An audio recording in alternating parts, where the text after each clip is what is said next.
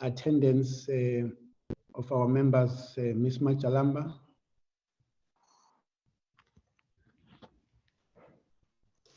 Good afternoon and thank you, Chair. Present is Dr. Dlomo, Ms. Geller, Dr. Jacobs, Ms. Ishmael, Ms. Shirwa, Dr. Tembekwayo, Mr. Van Staden. I've received an apology from Mr. Munyai. He is not well. Ms. Seke is attending another meeting and will join later. The minister requests to be excused at 3:15. Thank you, Chair. Okay. The other members that you did not say anything about maybe are going to be logging in anytime? I think so. No. Okay. Mr. Khatla, may I check if the minister is logged in? I see you here on my screen. Oh, there's Ms. Kwahube. Ms. Kwahube is also present. Mr. Khatla, do we have, I see Dr. Manzi is also logged in. Maybe the minister is speaking from that platform. Yes, good afternoon, Chair, and good afternoon, members. The DGs are on the platform already. Chair, I'll just check with the PA of the minister quickly. Thank you. Okay, sometimes you like to make opening remarks before you start the presentation. That's fine. Honorable members, we received the presentation 2 days ago, and I'm also preparing the DG or Dr. Anpan, I don't know who's going to be presenting, that so that we can engage much longer.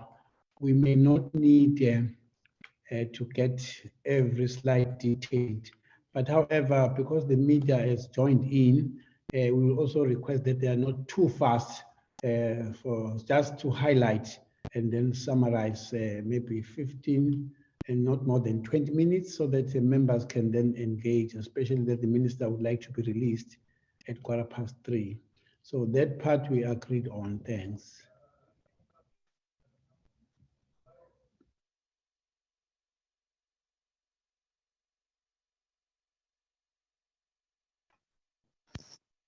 Chairperson, may I ask something? Will you allow me that I ask something, please? Yes. Now, in light of what you just said, that we have indeed received this report 2 days ago, isn't it? Will it be more effective that we go straight over to the questions instead of a department presenting something we have already read in this past 2 days, and we can, due to the time constraints which the minister have, we can go straight over to our questions, and so that minister can be able to answer all the questions which has been raised. Yeah, we can do that. It's fine if there's a wide support on that. I just thought maybe the media might just want to, of course, I'll give the minister to make opening remarks, but we had thought of that, but I'm just thinking now if the media is joined in, they will probably want to see those slides, but not all of them, I don't know. Yes, it is meant for us and the media is also part of this meeting. Maybe let's take a combination of both. Let's have not more than 15 minutes, minister together with the DG, summarizing what they are saying to us, which we already say we had 2 days ago. Just that 15 minutes, Honorable Van Staden, might still be important to give the content. Then we then start with our questions. I hope we will be able to have a second round of questions on this matter. Just a combination of both, get a bit of an information from them, and then we start. We don't go slide by slide as we had indicated. That's exactly my concern, Chairperson, is if a presentation is too long, the minister can't answer all our questions, and then we won't have a bite for a second round. That's why I was proposing. Okay. I think that we will adhere to that. Thank you very much. I saw, okay, another hand, that hand has gone down. Yes, Mr. Khatla? Okay, we'll just still wait a waiting. bit, honorable members. Yes, Joe. Mr. Khatla, you want to say something? We're still waiting for the minister to log in, Honorable Chair.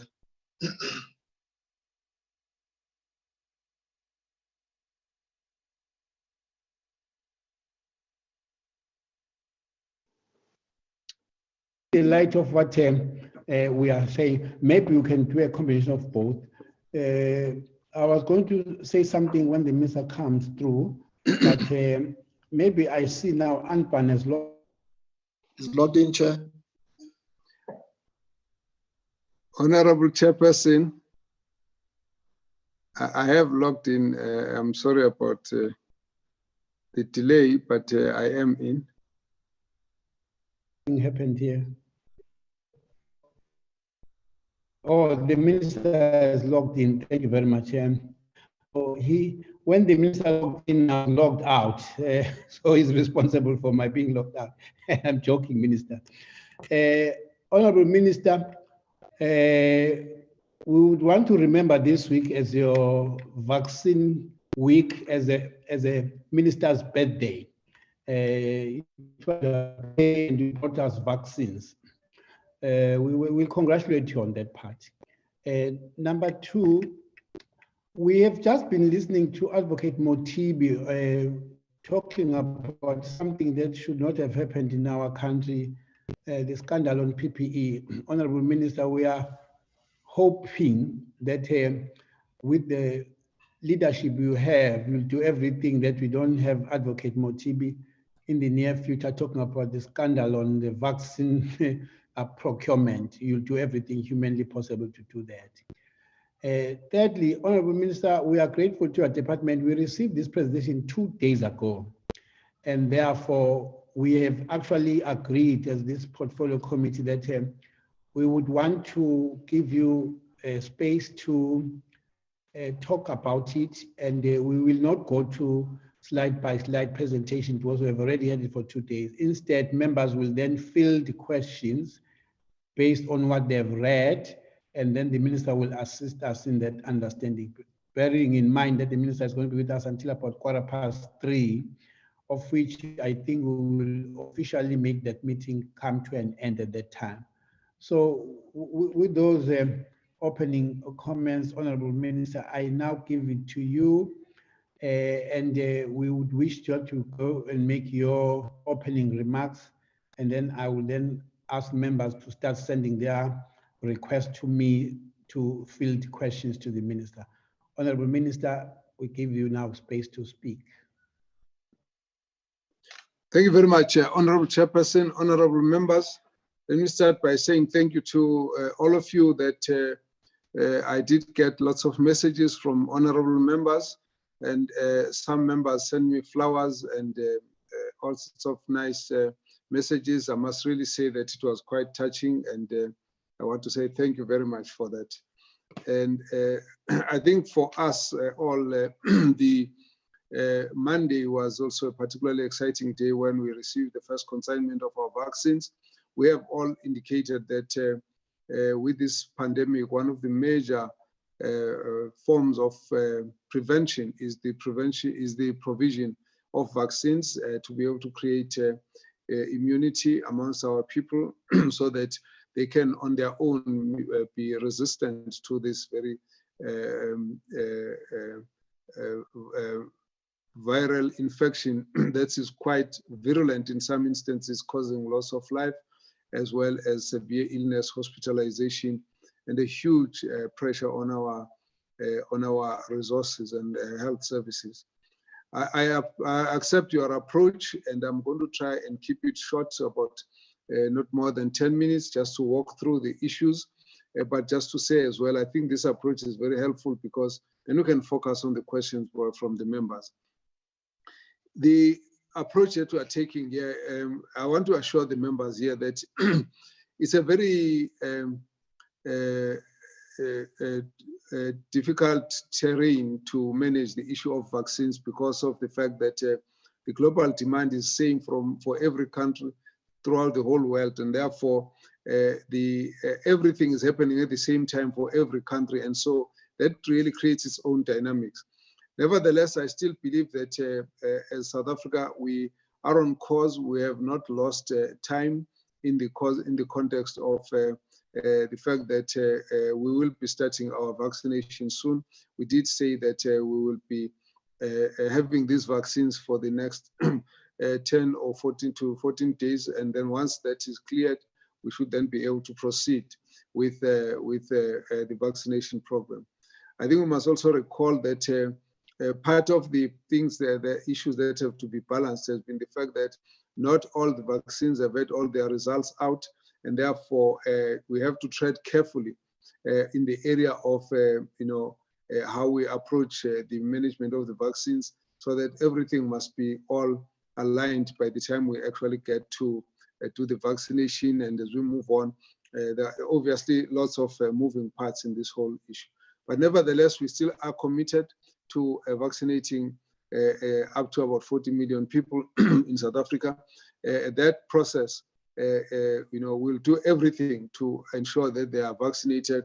We are aware, though, that there may well be challenges of the global supply, and the countries that have paid for vaccination for 3, 4, 5, 6, 7 times their population needs, they are also struggling because of the blockages or bottlenecks in the vaccination, in the vaccine production process. So we've even seen, the whole huge amount of resource nationalism, where in the US and in Europe, there have been calls now, in some instances, enforcement that there can't be any exportation of vaccines unless the local populations have had their needs already fulfilled. And so it's a worrying issue there.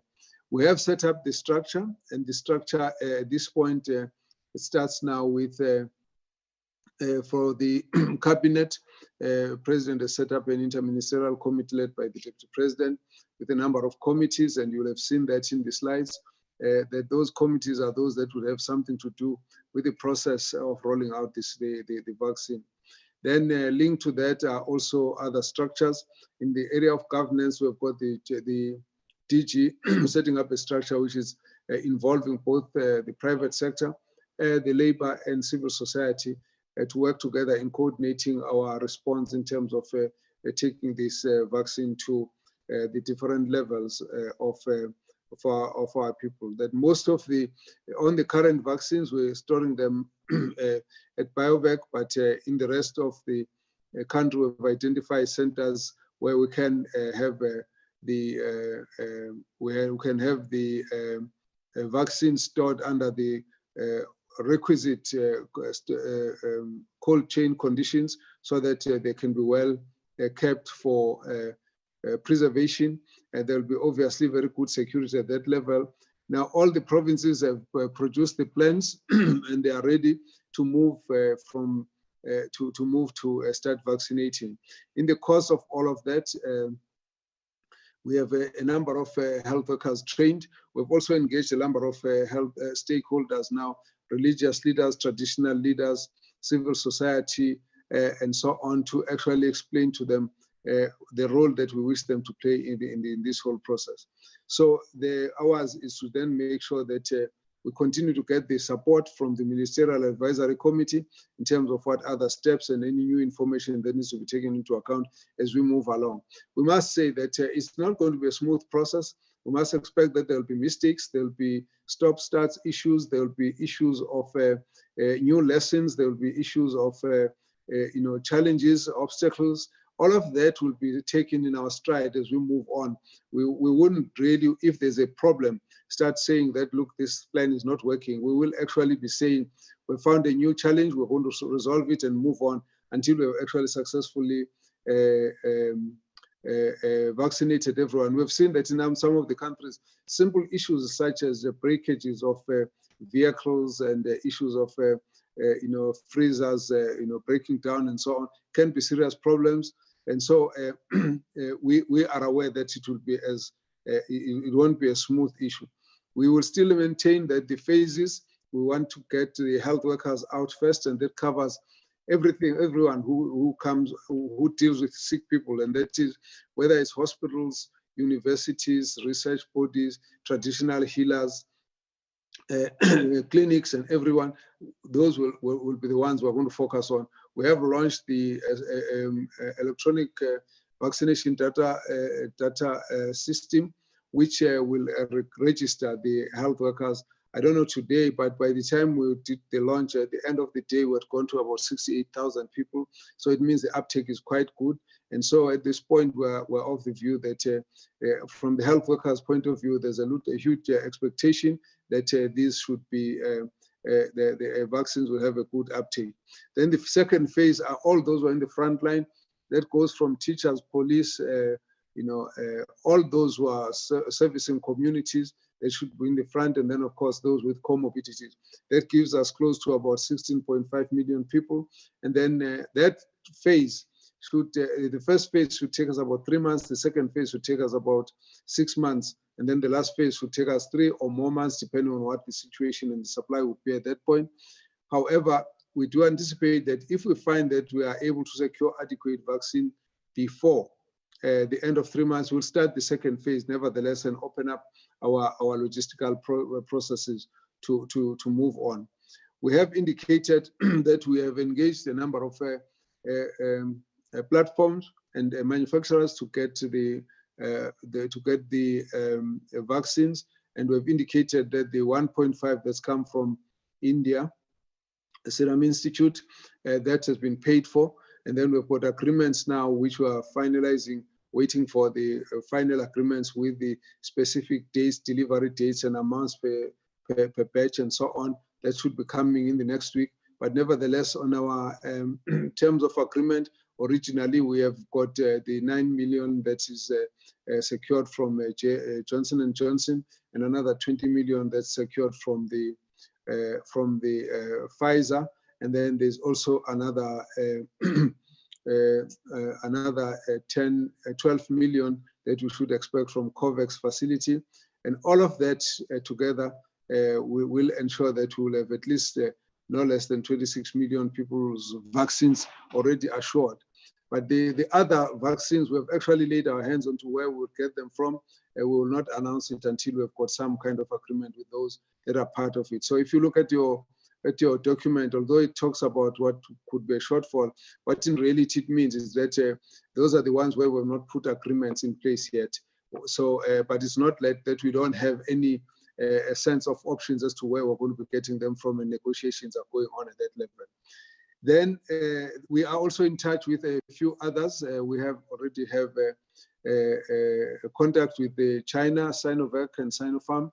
They've been very, very supportive as well. They wanted to offer as well to collaborate with us, and our scientists are working together with them. We've also worked together with we've met with the Gamaleya Institute, the Sputnik V, which has just come out as well as having very good efficacy as well, and our teams are working with all of them. So with any concrete plans going forward, we will discuss with them. We're Moderna, we're also engaged with them. So literally on the main ones, we are actually engaging continuously, but where we haven't got anything signed, we will not say too much about what we're negotiating with them. And so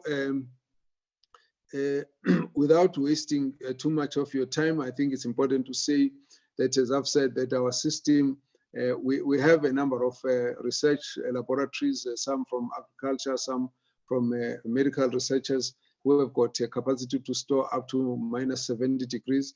But we've also been seeing that the number of private sector are interested in offering these services. So that work is going to be done. We will put up an open bid for those. It should have come out maybe today or tomorrow, just for the future, because this current one with BioVac managing it, we don't need much of contracts with it, but we're going to be looking at that. So in this context, therefore, we are on course, as we've indicated, that the current vaccine have gone for testing in the quality control laboratory, and then of course they'll be back in the next few days. So every province has got its own areas where it's going to be able to store, and we are actually moving we've got a whole map, as you will see on your slides, that's showing everywhere where there'll be distribution. It tells us we can go right as far down as district hospitals to clinics where there is need. And there is a lot of coordination also going on in the private sector. We're working very well with the private sector. As we said, that government, for the purposes of the national vaccination campaign, government is procuring and is also supplying both the public and the private sector side, and there's good cooperation there. There's also a lot of support from the private sector in the form of Business for South Africa. And of course, yesterday we're at the NETLEC. There's a lot of support to come in with additional expertise to help government where we need support, particularly on the logistics and the administrative infrastructure. So there's an open work streams that are working on that particular issue. We also have got in the interministerial committee a focus on the capacity for South Africa to manufacture own vaccines, and we're moving in that particular direction. A number of countries that have indicated support to work with us in improving that capacity, and so all of that is part of the work that we are busy with at this point. So with all of that, I think that the main issue that we have to focus on is the limitation of the risks. At this point, on the procurement side, we think that the risk is much less because it's going to be Treasury and National Health Department that are going to be procuring. They are aware, for example, that there are a number of offers for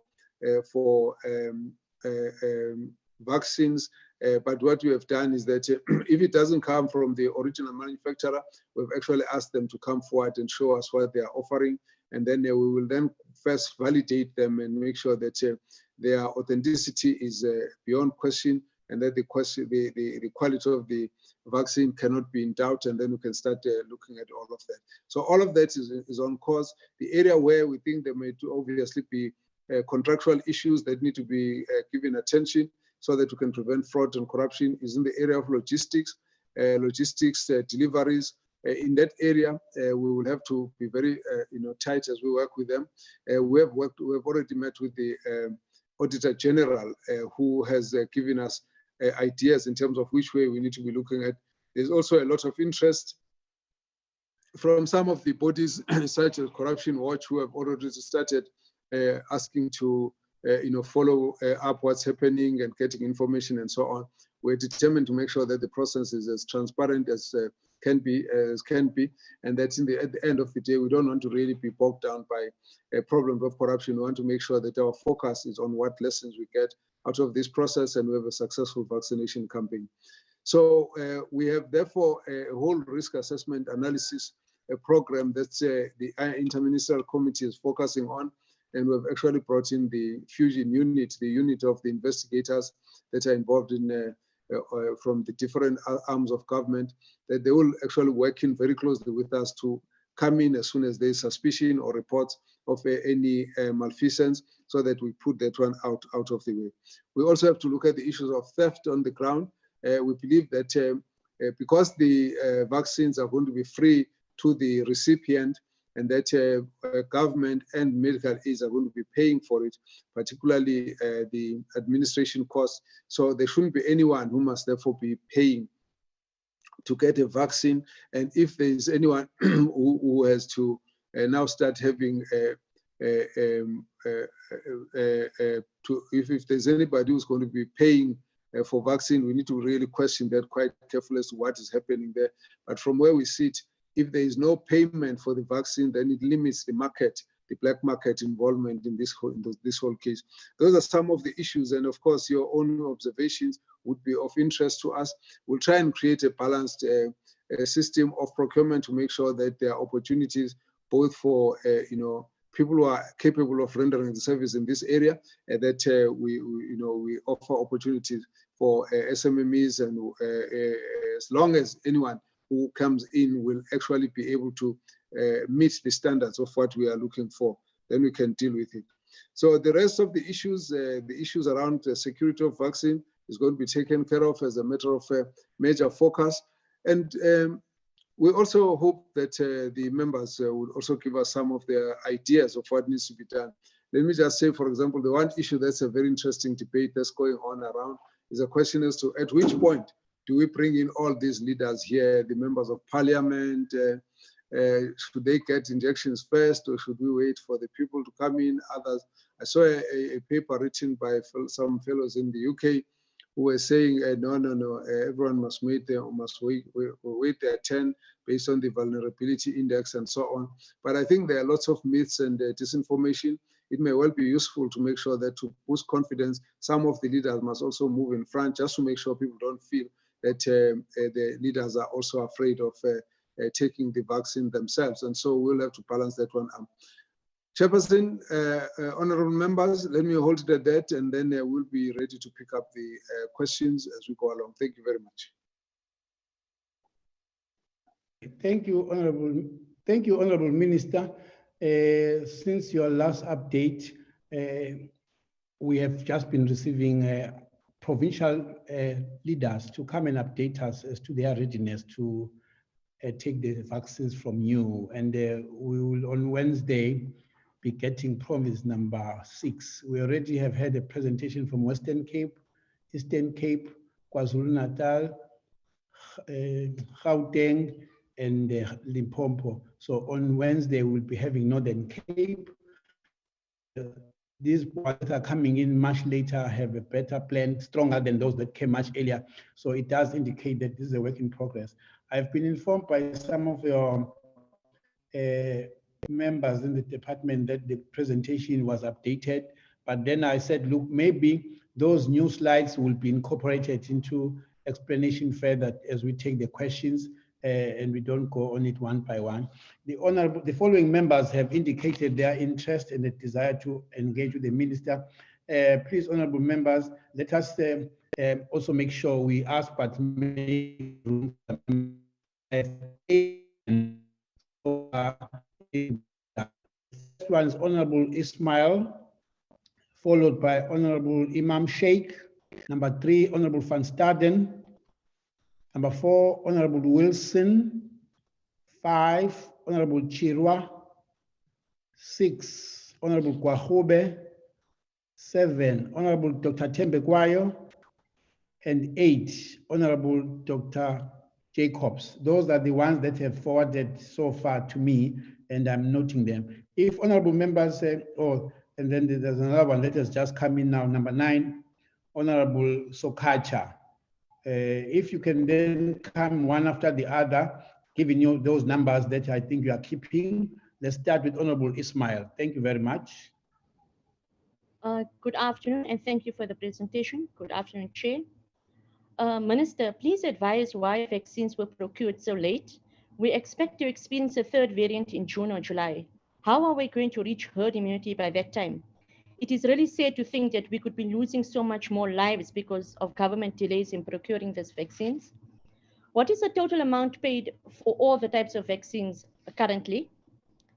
And have South Africans from all walks of life been included in the vaccine trial program? Please, can you specify on what basis were vaccine suppliers chosen? What was the deciding factors? Was it prices? Was it availability? How effective are the vaccines procured against the COVID-19 variants in this country? Please, can you provide us with a full report on donors of these vaccines, if there were any donors? Minister, many South Africans are, very skeptical about these vaccines. How sure are we as a country that, these vaccines are really indeed safe for South African citizens? South Africa has ordered vaccines from the Serum Institute of India. Now, we know that this is a private company and nothing to do with the Indian government. We are essentially purchasing vaccines at double the price as compared to other African countries. Were there no other options available? I know you've stated that, the government is in discussion with other countries. But I mean, at this particular time when these vaccines were procured, I mean, I'm thinking that we should have been thinking about this already last year. Why couldn't we source these vaccines from Aspen directly? And at this stage where we are with the COVID-19 variant, as where we are right now in the country, How far is our country preparing to, develop our own vaccines? Minister, now that SAPRA has agreed to be for the controlled use of ivermectin, where will South Africa source ivermectin from? I see you haven't touched on this on your presentation, but if you don't mind, if you could answer us. Will there be a GMP set for ivermectin? I mean, will there be a single exit price set? And will you consider setting an exit price so that we don't have an influx of pricing now that ivermectin will be, available in a controlled manner? Minister, are all vaccine sites adequately equipped for cold storage and backup generators in case of power outages and load shedding, which we know is very well known in our country? We have had some provinces coming out to tell us, but I mean, we haven't heard from all provinces as yet. So we would like to hear from you. The SMMEs that qualify, you have touched on it, but what are the requirements to qualify? Minister, please advise. Yes. Honorable Ismail, you are on question number 15, and there's other 8 members. There I are only have 15. Chair, are there any clinical trials on ivermectin in the country presently? And Minister, there's been some noise on social media that some vaccines are not safe for senior citizens, and there were some queries on the impact of vaccines on people living with HIV and AIDS. Please advise on how you are dealing with this. Thank you. Honorable members, we might have a second round. Please be considerate. To get 12 questions from one member at a go is not accommodative of other members to also have to ask questions. Please let us considerate of other members. Honorable. Thank you very much, Chairperson. Can you hear me? Yes, sir, we can hear you. Thank you, and Minister, thank you very much for your short presentation. Let me start off by saying, Minister, that I would have absolutely no problem as a leader in the community to be able to take this vaccine if this is going to give some level of confidence to our people on the ground. But let me start off by asking you the first question. Minister, do you not think it is important that before these matters are brought in the media, in the public domain, that the Portfolio Committee on Health, which is responsible for oversight, should be briefed so that when we get questions from the public and the media, we are able to respond accordingly? More often than not, statements are being made, press releases are being made, but members of the Portfolio Committee know very little or nothing about what is happening. That's the first thing. The second thing is could you tell me, Minister, how is it that your department orders these and entered into procurement contracts with various suppliers? Whilst I don't have a problem with that, because we ought to be in a hurry to secure these vaccines, there is no authorization or application by SAPRA, who said to us the other day that they are responsible to authorize these things before any orders are placed. And no authorization was provided to them when any of these things, currently even with all the vaccines that are coming, other than the one that has just arrived, there is no authorization from SAPRA, who ought to be the regulator responsible for authorizing them. Now, the other thing is this, some of the vaccines have an efficacy rate which is quite high, 95%. Could you explain what is the rationale behind purchasing from companies like Aspen or Johnson & Johnson, which has a much lower success? Could you please explain that to me? The other thing is this, that whilst you're giving us a plan, provinces are still asking the question or raising concerns about the funding that might or might not be available. Like the Western the other day, they're looking for 1.7 billion, and they don't know where they're going to get this money from to be able to, in a satisfactory manner or in an effective manner, roll out these vaccines. So we're concerned about that. Now, the other thing is this, what appears to be, some kind of confidential agreement the national government has entered into with these providers. My understanding is this, that these companies that are providing these vaccines are not going to be liable should anything go wrong, because remember, this is a brand spanking new vaccine. couple of months. We don't really know what the effects, and we hope and pray that it is really going to be effective and are not have exceeded. Now, what is the position if should something go wrong in terms of who is going to indemnify people that are taking these vaccines? The other question is the issue of the tracking, and I see you've got a great system in place. Will that system include all those that have been taken the vaccine and over a period and I've monitored for any such side effects and things like that? The other issue in terms of that I want to deal with is the issue particularly about ivermectin. Now, I remember you saying that, Minister, and your department saying that this is a sole responsibility of SEPRA. My understanding was that National Department of Health ought to have been in the forefront of accelerating any process to review any data that's available anywhere in the world. And SEPRA says that it is the Minister of Health who was not happy about it. In the meantime, the National Department said it was SEPRA's responsibility. Now that SEPRA has given us some guidance on the processes that need to follow, Minister, it's not giving us a clear indication, because some of the experts and scientists are saying that you can use it as a preventative measure. SEPRA is saying that doctors must make an application, and I do agree that you don't need authorization, you must make the application. I think it is more to help SEPRA in checking on side effects and following it and looking at its success and whatever it is. However, how and what process will we make if people need to be able to take this particular ivermectin? Because it is also their right to be able to protect, and there is no side effects. There's no doubt for 30, 40 years, this is proven without any doubt in any case. So that they could also have that, but in a controlled environment rather than what is happening. And my other colleague had just wanted to know from you exactly which are these companies. And if we could take away the bureaucracy in terms of this, I think it will go a long way in being able to help us. The other thing is the vaccines. Is this now going to be an annual vaccine after we've exhausted giving it to everybody like we have the flu vaccine? Then lastly, the AstraZeneca vaccine that we have come, there is indication from some countries it cannot be rolled out for people that are over 60 years of age due to the risks. And I think some countries like Germany and things have now made it very clear that it will not be given to people over the age of 60. But very importantly, which we are not talking about, that some of these vaccines have proven to be fatal in some of the countries, although I think some research is being done to that effect. Like if you look in Norway, over 30 some odd people have died by taking the Pfizer vaccine, and I think it's under thorough investigation. So could you tell us, can we be convinced or satisfied, Minister, that indeed there's nothing really to worry about in the country?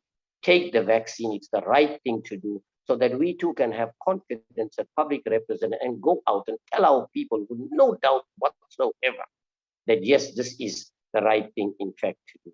Now you're talking about SMMEs, Minister, and I agree with that. My problem is this is about to be rolled out in the next day or two. When are we engaging with this process? Thank you very much. Honorable Imam Sheikh, you said last, and then you start another question on SME. Yeah, it comes up, Chair, all the time. There's so many we have. 2 hours is not enough, Chairperson, to engage with the Department of Health. It's just not enough. With due respect, let us be honest. We are guided by the availability of the minister because he has also other pressures to handle in the country. Honorable Van Staden. Thank you, Honorable Chairperson. First of all, I want to say happy birthday to the Honorable Minister. I forgot to send him a message this week, but yet is happy birthday, Honorable Minister. Honorable Minister, will be there enough and sufficient trained healthcare workers to do the vaccinations, and can a report be provided to us of the amount of healthcare workers per province that will indeed do these vaccinations? In your presentation, you mentioned a shortfall, and you just talk about it, of vaccines of around 38 million doses. Can you just explain to us again, how is this going to impact on your plan to vaccinate the 40 million people by the end of the year? I mean, already you are running behind with the 1.5 million vaccines that South Africa already received Monday from India. With this 1.5 million doses, you can only vaccinate 750,000 people. So I think we need more clarity on that. What assurances can you give South Africans today that there will not be any corruption in the tender processes, in the distribution and administration of the vaccines? And I'm glad to hear that you say it will be an open tender process. Let's hope it will stay that way. How will government monitor citizens that is not able to register via the app due to the fact that most South Africans do not have internet access or the necessary tools to access the internet? In October 2020, only 1 million citizens accessed the COVID app out of 60 million people. I think that's a matter of concern. Is it safe to import a lot of different products of the vaccine? Is it safe for one person to probably receive 2 different shots of the vaccines? And if not, what plans do government have in place to see to it that the patient indeed receives 2 shots of vaccines that is from the same product? And then some scientists say the vaccine will be successful and others say it will not be. What are your views as the Minister of Health on this matter?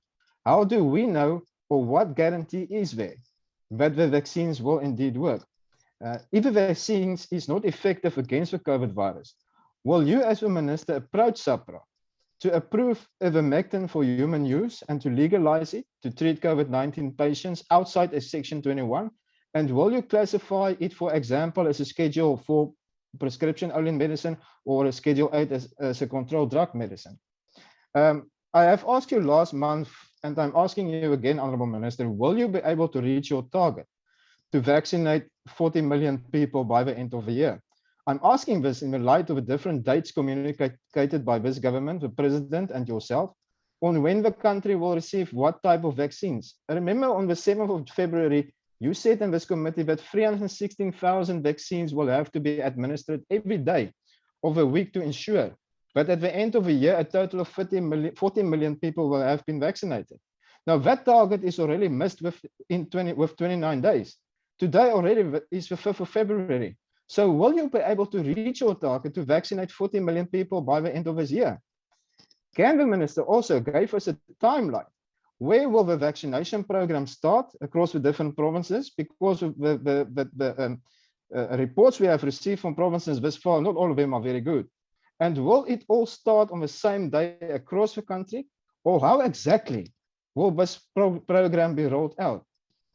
Another question is, what precautions and security measures are being put in place to ensure that the vaccines do not get stolen? And will the transport and distribution of the vaccines across the country be safeguarded?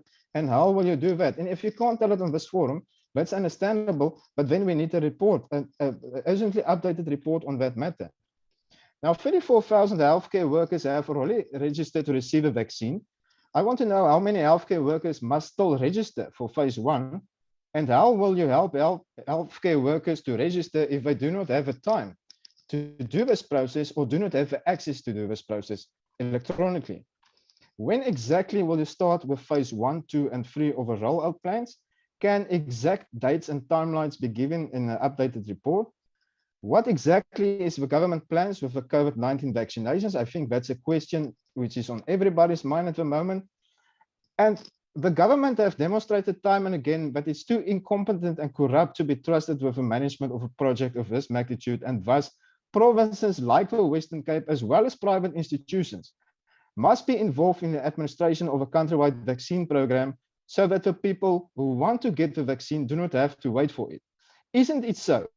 But this government lack of faith in the province's abilities is a damning admission by the ANC and this government, but that the provinces under its rule are incompetent in this matter. And lastly, Honourable Minister, why will you and the government not allow the Western Cape provincial government to import the vaccines at once so that people can exercise their right to be vaccinated if they wish to do so? Thank you, Chair. I will pause here and I will raise my other questions in round 2. Point of order, Chair. Okay. Point of order, Honourable Jacobs. Thank you very much, Chair. I think it's only correct that one should take huge exception to what Honourable van Staden just mentioned in terms of provinces and also the departments in terms of corruption and the ability to perform their functions, and that all of it seemed to be, according to what he is saying, would be subject to corrupt practices. I think it's not correct on such a public platform for Honorable Van Staden to say what he had said. And then on the other hand, also we find that members say things as long as they get it out there and then apologize for it afterwards. We need to really look at what is correct and what does give us a meaningful contribution to the dialogues and the discussions. Thank you, Chair. Proper Chairperson, with all due respect, I'm just asking a merely question which is on the minds of the public out there, and the corruption which happened last year was widely reported in the media. It is good that the public must know the answer to this sort of question. I can't see anything wrong with it.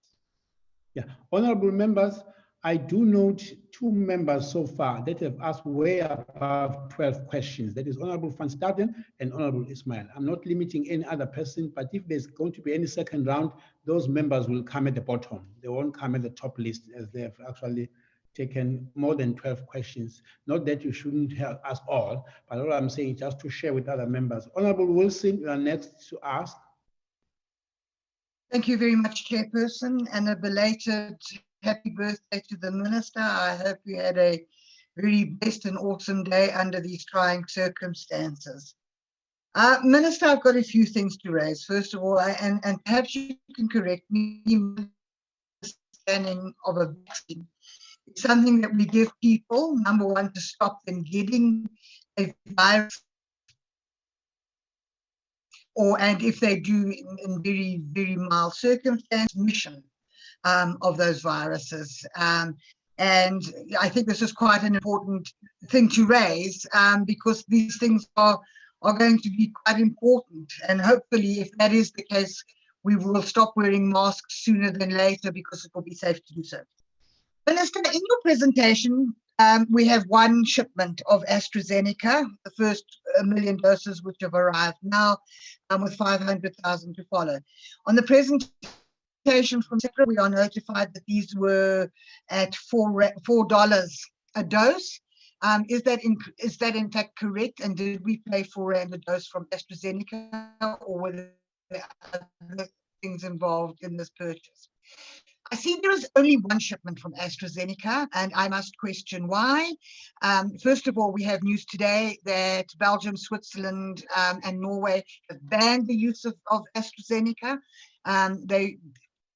For a myriad of reasons, and I always get very uncomfortable when we've ordered AstraZeneca and that kind of news breaks out. You did say we can't get or give people anything if there is any doubt.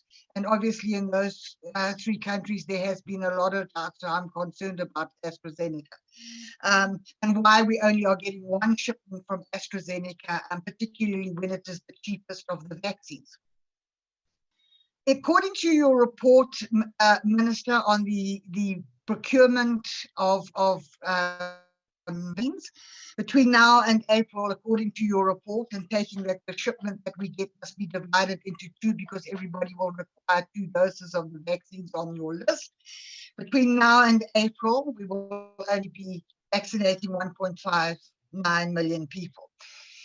From May to August, when we go into the winter months, where we are expecting the 3rd wave and where the people are the most vulnerable, according to your presentation, only 5.76 people will be vaccinated. And from there to the end of the year, a further 7.35. And in fact, if I look at your whole presentation and I take what we are getting, we will in actual fact by January, according to your presentation, only have vaccinated 36.2 million people, which is way below the requirement of this country for herd immunity. It is also 10, 11 months away.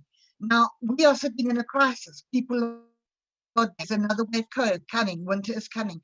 I'm sorry, I do not believe or cannot accept that it is acceptable to only be doing these amount of vaccinations every month. We are going to run into a problem. And on that same presentation, Minister, and I see the bulk of the vaccines are coming from the Pfizer group, who's at a cost, the highest cost of the vaccines at $20 a vaccine, which also sends alarm bells to me. I certainly hope we're not going to find that there's anything behind those procurements. But I question why the bulk is coming from the most expensive provider of vaccines at the moment. There's a lot of purchasing done by COVAX. Do we have any indication of what vaccines we're actually getting from COVAX? Because I gather it's an organization and not a company. And Minister, concerned, we have had presentations by the provinces, and we only have 2 to go. Now, understandably, some of those provinces did present to us a couple of weeks ago, and Gauteng just day before yesterday. But the indications are, Minister, these provinces are nowhere near ready whatsoever to deal with vaccinations, the distribution, the storage. Gauteng told us on Wednesday that they haven't even got the IT equipment ordered, let alone delivered and installed to manage the data processes that are very critical to this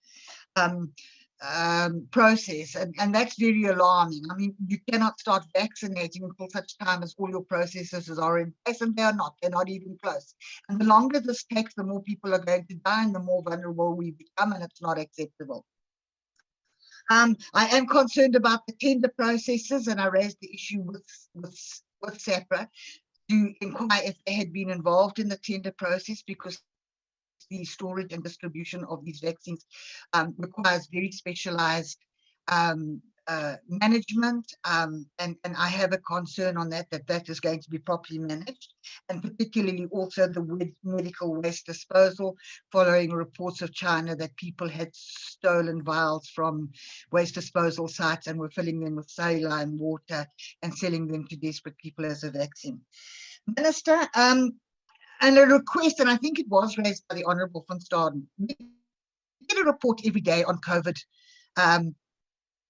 results, how many tests were done, how many positive, what the recovery rates have been, how many deaths, etc., etc. And I would like to request, Minister, please, that we start getting that report on, like we get the COVID report, that we get a daily vaccination report. How many have been done in each province, how many have received first dose, when those people have received the second dose, and on a daily basis, how many people have been vaccinated. Very, very critical information, and I would really like it if we could be sitting on that. Malfeasance over procurement, always a big issue. Malfeasance can be, of course, the word can be changed for something that is very prominent in this country, and it's simply called corruption. We must make sure that that stops. And Minister, I have been present on the last couple of webinars that you have held. I'm always very concerned that these webinars are held and these presentations are done before the Portfolio Committee has even seen them or been advised of them.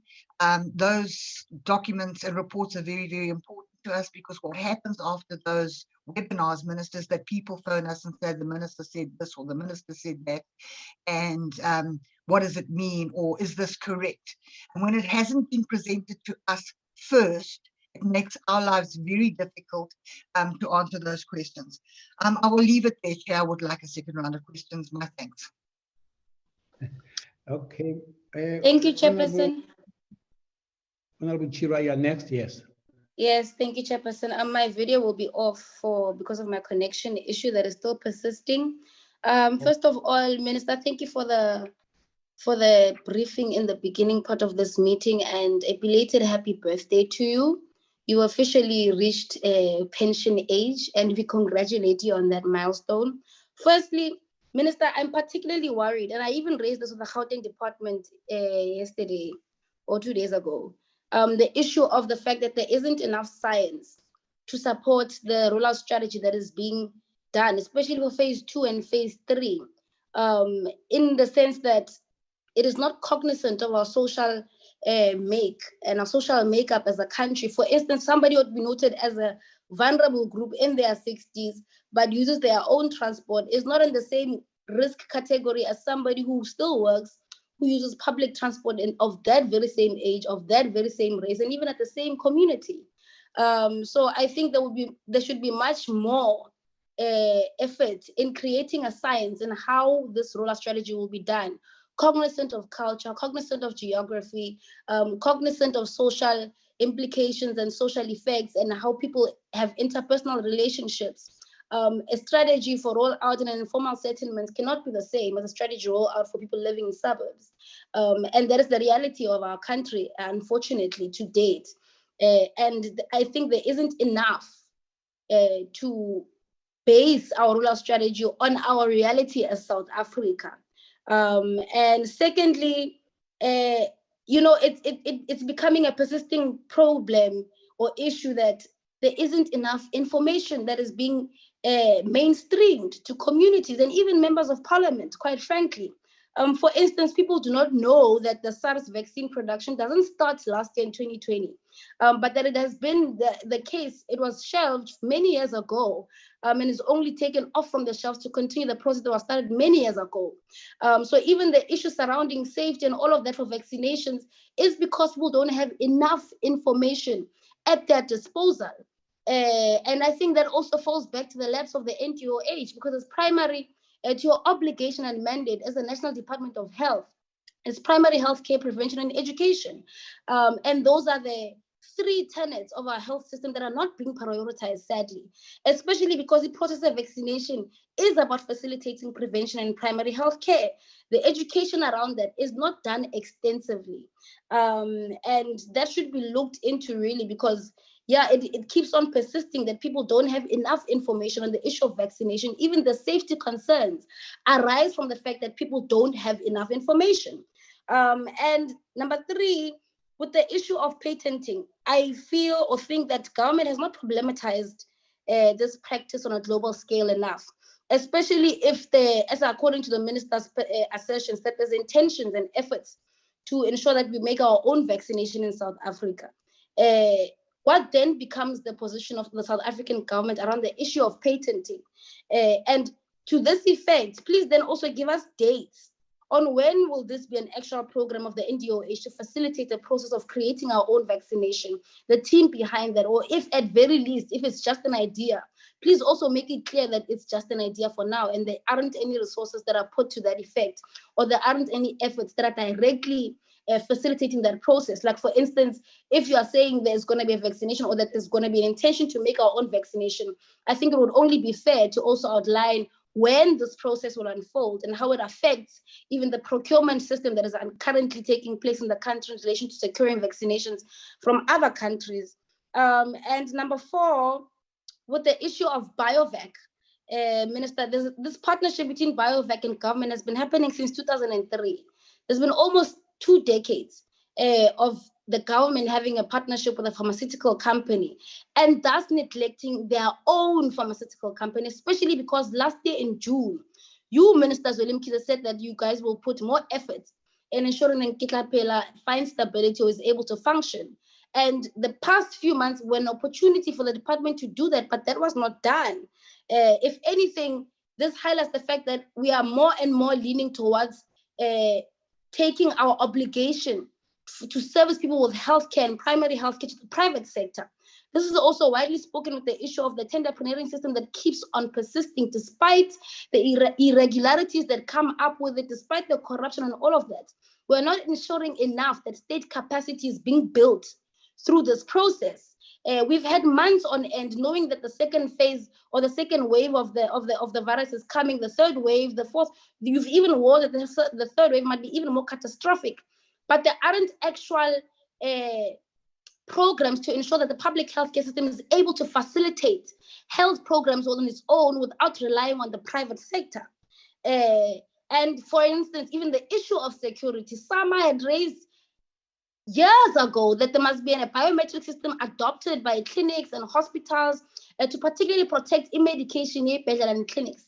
And this is not done even to date, right? So it means that even though you are responsive to some of the recommendations, the ones that really matter in regards to capacitating state capacity are not being implemented. That is my primary concern. I think if the minister can just look into those things as well, instead of just really putting the burden of taking care of public healthcare on private sector, because that is the direction we're going, especially with the introduction of the NHI. It's just more and more of the government relying on the private healthcare sector to take care of the burden of what should be taken care of primarily by the public healthcare sector. So yes, those are my first contributions for this round of questions. Thank you, Chairperson. Thank you, Honorable Chirwa. Next is Honorable Kwahube. Thank you very much, Chairperson. I have a number of questions, but I think mine are more thematic than sort of listed. Minister, I think there needs to be, I think we are perhaps misunderstanding what the expectation is from members of parliament versus what government seems to wanting to be doing. The reality, Minister, here is that PowerPoint presentations are great and they're informative and the webinars are wonderful and you are able to onboard the country. But this still does not in any way replace the need for a tabled, codified plan of the entire vaccination rollout strategy. And I say this because it's an important distinction to make, Minister. And I get what you are saying about the difficulty and the fluidity of the situation. However, it still does not replace the need and actually the obligation on you and the team and the South African government at large to produce a comprehensive, coherent plan, which shows us the following, Minister. It will show us concrete timelines, even if those are a moving target. How much government is intending on paying per vaccine, from which manufacturers, those that have been confirmed, what the procurement processes are, instead of drip feeding this information and saying we're unable to provide this information for this and for this reason. The reason why this is important is because as members of parliament, we need to hold you to account to something that we can hold on to that says this is what the South African government committed to, and this is what needs to happen by this date. And if it's not happening, then we call you here and ask you why. But if we constantly have to be drip fed information, and we have to, scramble for info. We see media reporting that this is how much we're paying for a vaccine here. This is how much we're paying for a vaccine from this manufacturer. It fuels a chasm between the two spheres of government, which is the legislature and the executive, but also it fuels a lot of disinformation. So I do plead with you to perhaps address this, that this is something that is deeply needed, that you can provide. And I think it's not something that is impossible to ask, even with the fluidity of the situation, and even though things are changing on a daily basis, it's still required. And the presentations and the webinars and the information sessions don't replace the need and the obligation on that. Then on the presentation, Minister, I would like to ask the following questions. I see in your, perhaps this is more of a matter of clarity, I see in your presentation in the timelines that you've provided that the AstraZeneca vaccine, the second tranche of it is now only expected to arrive in March. You'll remember several weeks ago when you made the announcement, it was a matter of the first million arriving at the end of January, which arrived on the 1st of February, which is technically, within your timelines. But I see now more concerningly that we are looking at March as for the second tranche. Now, a number of provinces that we have asked whether or not they're going to be vaccinating people with their first dose and waiting for the procurement or the acquisition of the second dose. And a lot of provinces have said that. So I'm wondering now, with that moving target, how does that take into consideration the fact that now, will we be able to meet the deadline of a second dose for every single healthcare workers that's received the first dose? Because if we are pushing out the timelines, will we make the time that's needed for the booster dose? And then, Minister, I also see in your presentation that the Pfizer vaccine, which we obviously know has very different requirements from the vaccine that we have now, which has far more stringent and stricter and far more sophisticated requirements for storage. and it's due to be arriving in February, which is this month. Now, from our interactions with the provinces, a lot of them are at different places in terms of readiness. So are we confident that the consignment that is arriving from Pfizer will be able to be accommodated for the cold storage requirement that it has? And linked to that, Minister, I think perhaps the first phase of the rollout is going to be slightly more manageable, but I think we're going to start to see a lot more problems when we look at the second phase and the third phase, when we start to delineate far more to the primary healthcare facilities. Again, we met with Gauteng earlier this week, and I mean, they were very honest about the fact that their primary healthcare facilities are nowhere near being able to roll out vaccinations to the general public, just because of inadequate IT infrastructure, inadequate cold storage infrastructure. I mean, these are things that need to be fixed as in yesterday. And so is there a plan in place? Because I think perhaps in your next update, you need to at least be updating us on how these are being mitigated. I know you've got a section here on risk mitigation, but I think it's quite important for you to be able to highlight this is where we're weakest and this is what we're doing to fix it. And lastly, Minister, I see that, I mean, you have been very adamant about the fact that government is not in any way behind with the scheduling of attaining vaccines. But a letter which was written by Treasury a couple of weeks ago indicated that your department only applied for a deviation of procuring a vaccine on the 6th of January. Now, I just want to understand, I mean, why that delay? Why was there that delay? And surely this is a process that should have been started last year, simply because, as many members have raised here, we've got an audacious task of vaccinating 40 million South Africans, and which we must meet. But are we going to be able to meet that target if it seems as though government is rather sluggish in the starting and the acquisition of the vaccine? Thank you very much. Okay, next one, Honorable Dr. Tembegwayo. Thank you, Chairperson. I just would like to say to the Minister, there was a humble request from the EFF Chief Whip specifically to ask the Minister to be accompanied by the Minister of Finance and/or Treasury to our meeting. Well, during the last meeting, you gave an apology that was acceptable to all of us. To my amazement, the request hasn't been honored. So I just would like to know why. Because there's a lot of costing matters that needs to be addressed specifically by the Minister of Finance and/or the Treasury. The following question is, what is the estimated cost for each phase, not only the first one, the first phase, of the entire vaccination program, as well as the entire project? And how will this be funded? Where will the funding comes from? If the Minister of Finance was here or the Treasury were here, they would help you to approach or answer this question effectively. The next question, what are the safety guaranteed measures of the vaccines for the healthcare workers living with HIV and AIDS and other comorbidities? Meaning, what measures are in place to detect any side effects or lack of efficacy of the vaccines?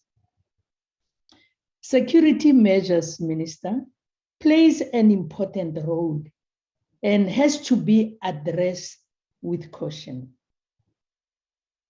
What extra measures are in place to prevent fraudulent vaccines entering the country or leaving our country? Because that has to be in place. The next question, almost the last one. Yeah, but not the last one. And I'm still repeating what my colleagues have said, to say we have had representations from different provinces. Yes, we agree with you that you are ready as a minister to roll out these vaccines, but your provinces are not ready. From their reports, obviously, it's obvious that they don't have a proper rollout plan. There isn't a distinct communication, a channel that is used to reach out to those that are supposed to receive the vaccines from phase 1 to whatever the last phase would be. So sometimes we would call upon the representatives of the provinces, because I believe you have a committee that oversees the provinces, to come and talk to us on this, because we receive different, programs that run parallel, as if they are not representing the provinces within one country, which is South Africa. And lastly, there are reports that South Africa is paying more for vaccines than other African countries, as well as the European countries. If these reports are true, of course, Minister, why is this the case? And how will the country procure vaccines cheaper in the future? Thank you, Chairperson. Before I forget, Honorable Dr. Tembekwayo, I received a letter from the Deputy President of the EFF, Chief Whip of the party, requesting that on the meeting that we are going to have, can the Minister of Health be joined in by the Minister of Finance? I'm sorry, Chairperson. I think you can do that later after the Minister has responded. Please, thank you. I was the one who was going to invite the Minister of Finance, because we needed time with him alone as a portfolio committee. I wanted just to say that. Honorable Dr. Jacobs. Thank you, Chairperson, and let me thank the Minister and the department for the sterling work they're doing. Of course, we are reminded of the presentation that was forwarded to us already. And so many of the questions I think are raised, and I must say there are many questions raised by the members. I am certain that many of those answers we actually locate within the presentation. But what it also does, at least it gives clarity to the members when the Minister answers those questions, and it allows us and the public at large to get answers to many questions which are out there. So therefore, let me speak to the application of the measures implemented by the Ministry and the NDOH. We understand that this is a momentous task. It's a very big task, and therefore it's an ongoing work. And as we understand, there will be changes and updates to the presentations. And it's only correct that the Minister does have his webinars and does have those shows on television, etc., so that the public can also be informed, and not only us as members of Parliament informed as to where things are going. The presentation speaks to many of the variables which are concerns not only of the members, and as I said, also I guess of the public. And it does speak to the procurement, and we've had many discussions on the procurement of the vaccine, which companies will be providing the vaccines, at what prices they will be provided. And fortunately, it also speaks to the distribution, how it will be distributed, that it is a nationally managed program, and that this program uses BioVac as the central storage facility. And I guess that is the way that it will be done throughout, as all the other vaccines are then procured, so that there is a control over this vaccine. And the questions which are asked and the points which I will raise will speak to the challenges, and it's good to see that it's been reflected upon by the NDOH. For example, the storage of the vaccines at the correct temperatures. We're having vaccines from different suppliers, and we know that the vaccines are stored at different temperatures as per the prescript of the supplier. and then also addressing the security measures, the tracking of the actual vaccines. This is a huge task. This is a national task, and I'm happy to see that there are thoughts going into these things as to mitigate all of the challenges. And then data management. It's very important to ensure actual vaccination of the percentage of targeted people so that we can acquire the herd immunity and that there is no waste within the department or waste with the vaccines themselves. And then also theft and private sales. So it will also manage this challenge that everybody is worried about of theft of the vaccines. We've already seen a poster out on social media where somebody was advertising the sale of the vaccine at 150 Rand per vaccine. So we are aware that there will be many who would want to target the vaccines for personal gain and selfish gains and greed. Another challenge, of course, would be falsification of the vaccine. And where is the process with regards to barcoding and ensuring that the vaccine is what it says it is, and through it being tracked through the barcodes and the proper management of the dispatched vaccines. I want to reiterate the question by one of the members on the plans for disposal of the waste, especially the used vials, as we've now heard Honorable Wilson speak about vials being filled with saline and then being given to unsuspecting members of the public.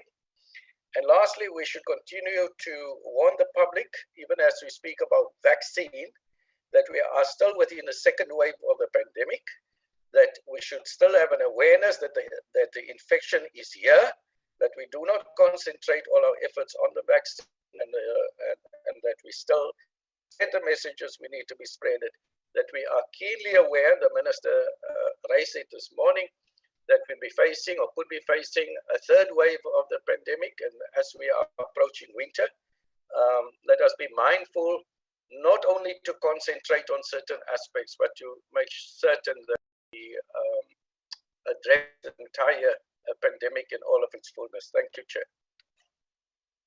Okay. There are two other hands. Honorable Sokacha will be followed by Honorable Gela. Those are the last two. Thank you very much, Honorable Chairperson. Let me also thank the Minister of the presentation and also congratulate him and his team for the good work that they are doing. Chairperson, the disadvantage of being last is always that you'll find a situation where some of your questions has already been asked by members. I've just got two questions, Chair. The first one, I think the Minister have touched on it, the issue of where do we stand, in fact, where do public representatives stand in terms of the queue on the vaccination program. And I fully agree with the Minister when he said we need to strike a balance where some of the public reps might be pushed forward so that our people might see that there's not a problem where we want to push them first and so on. I fully agree with the Minister. The second one, it has already been touched by one of the members when the members ask about our own vaccine as a country. So I wanted to check where do we stand in terms of our research capacity as a country, in terms of coming up with our own vaccine. Those are the two questions, Chair. Thank you very much. Honorable Gela. Thank you very much, Chairperson. Let me first say happy birthday to our Minister, Dr. Zwelin Case, and also to appreciate the briefing for us as a portfolio committee on the issues that are currently happening, and also to congratulate the Minister for the good work that he's doing. We are happy because we saw that the arrival of the vaccine in our country, which is a good thing, and also historically moment for us, because all of us, we are worried about this pandemic. But also, Minister, we are happy that even we have launched the communication where we can get the vaccine. People are registering currently on the database, which is something that is good. And it's been responding immediately. Where are you going to be getting your vaccine? I think so far as government led by you, you are doing very well, Minister. Besides the challenges that we are still faced, and I don't have any doubt that it's going to be resolved or addressed, all challenges that we are facing as a Department of Health. And also the national is going to make sure that it put close eyes to the provinces, especially where there's a challenges in terms of a rollout, chairperson. But my question, Chair, it's around, I know that we have started to get the first batch of vaccine, and even other countries are also looking for the vaccine. I just want to check, Minister, because I know it's a race for the vaccine, the whole world. But I just want to check with you, how is the South Africa dealing with this competition for vaccine? And then the other one is the issue of children. We know that also there are children in the country who have comorbidities.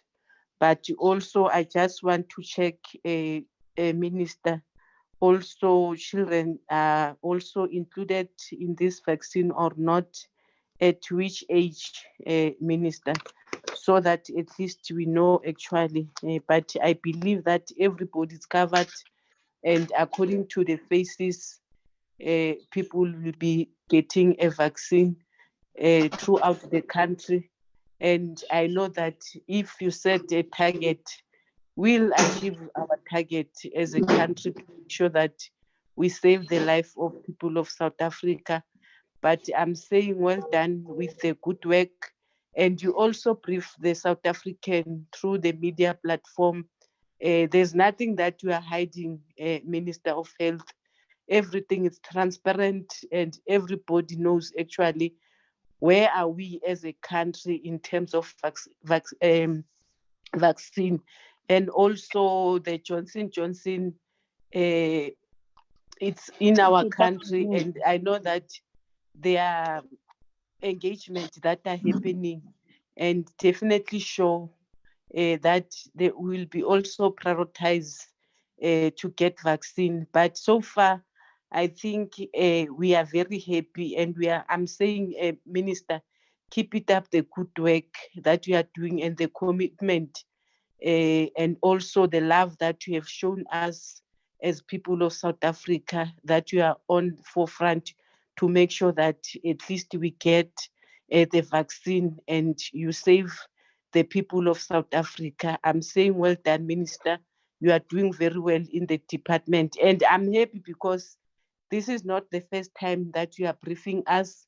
You always come to the portfolio and brief us where we are standing and where are the engagements so far. So what you are doing in the department, it's very good, and I believe that you are still going to keep on briefing us in terms of making sure that we have information as portfolio members, and we are able also to respond to the community if there's any challenges. And your office, it's open for us.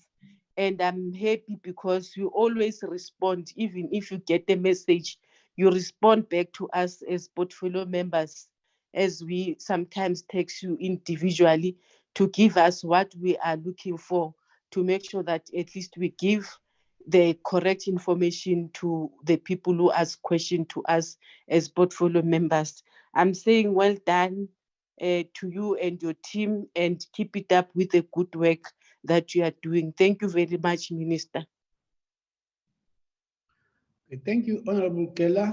In the interest of time, I will not ask questions. I will take it back to the Minister and his team to then respond to the questions raised by honorable members. Thanks, Minister.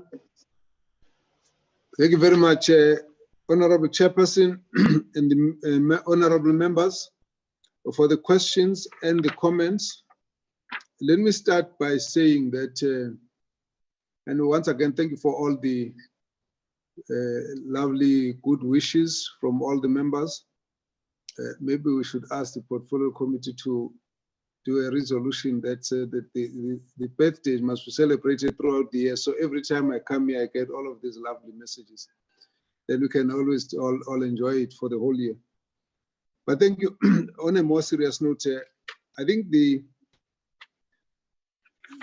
there are a number of issues which I think you raise as suggestions that I think would be quite helpful to look at. Some of them are elements that we're going to have to look at and see how to strengthen our process, so that some of the issues, as you are asking, you might have an answer today that will be different tomorrow.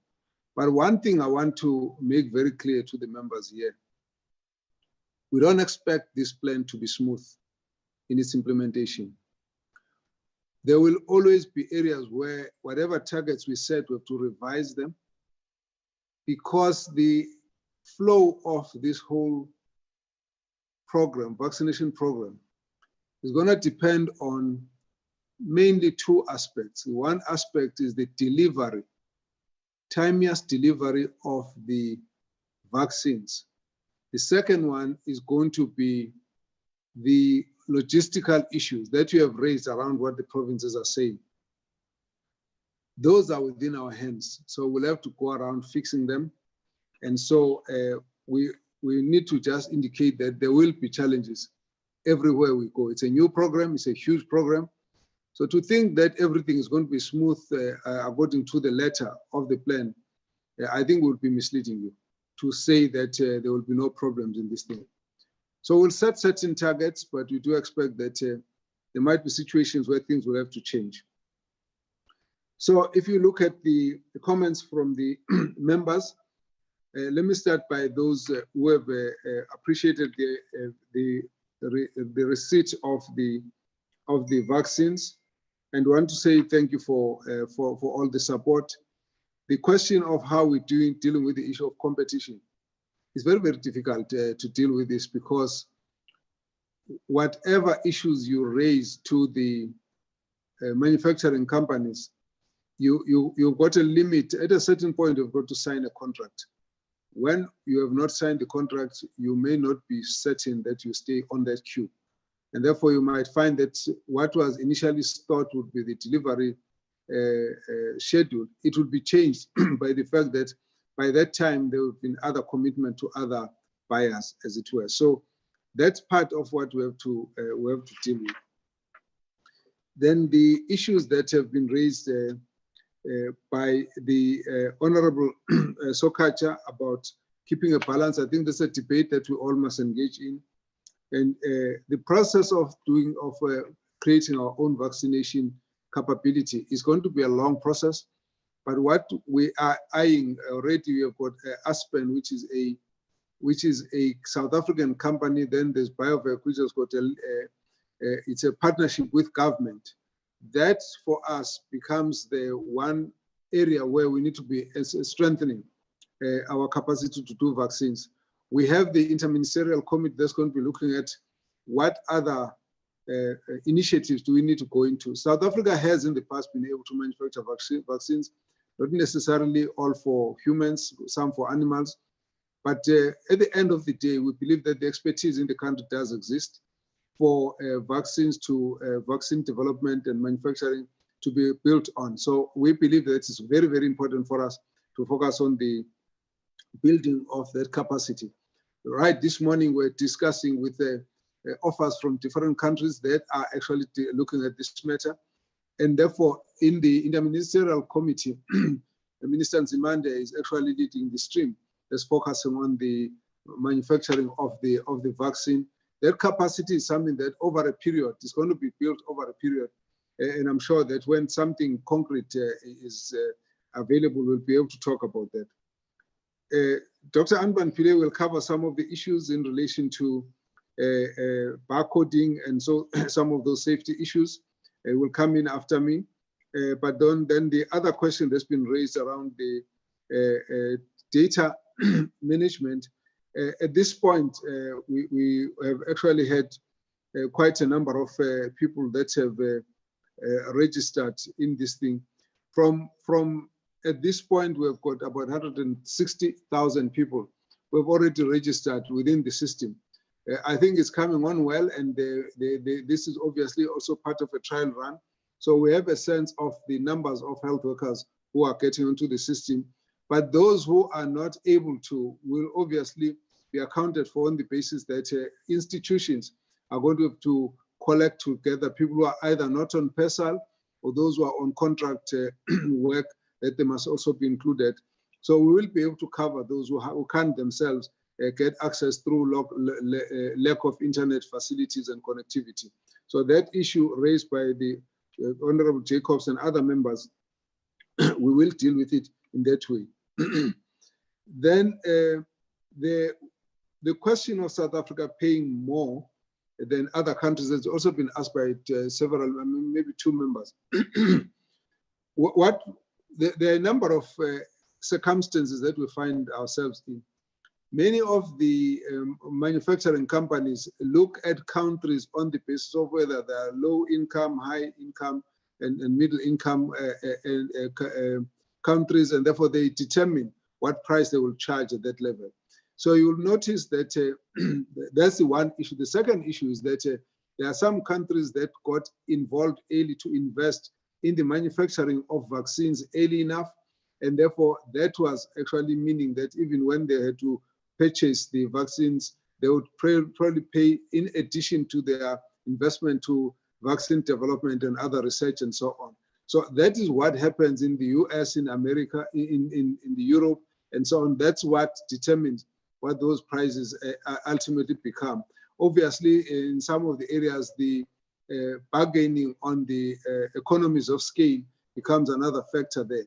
So those are the issues that come into this particular question. The continent, except for 7, don't finance their own vaccines because of that.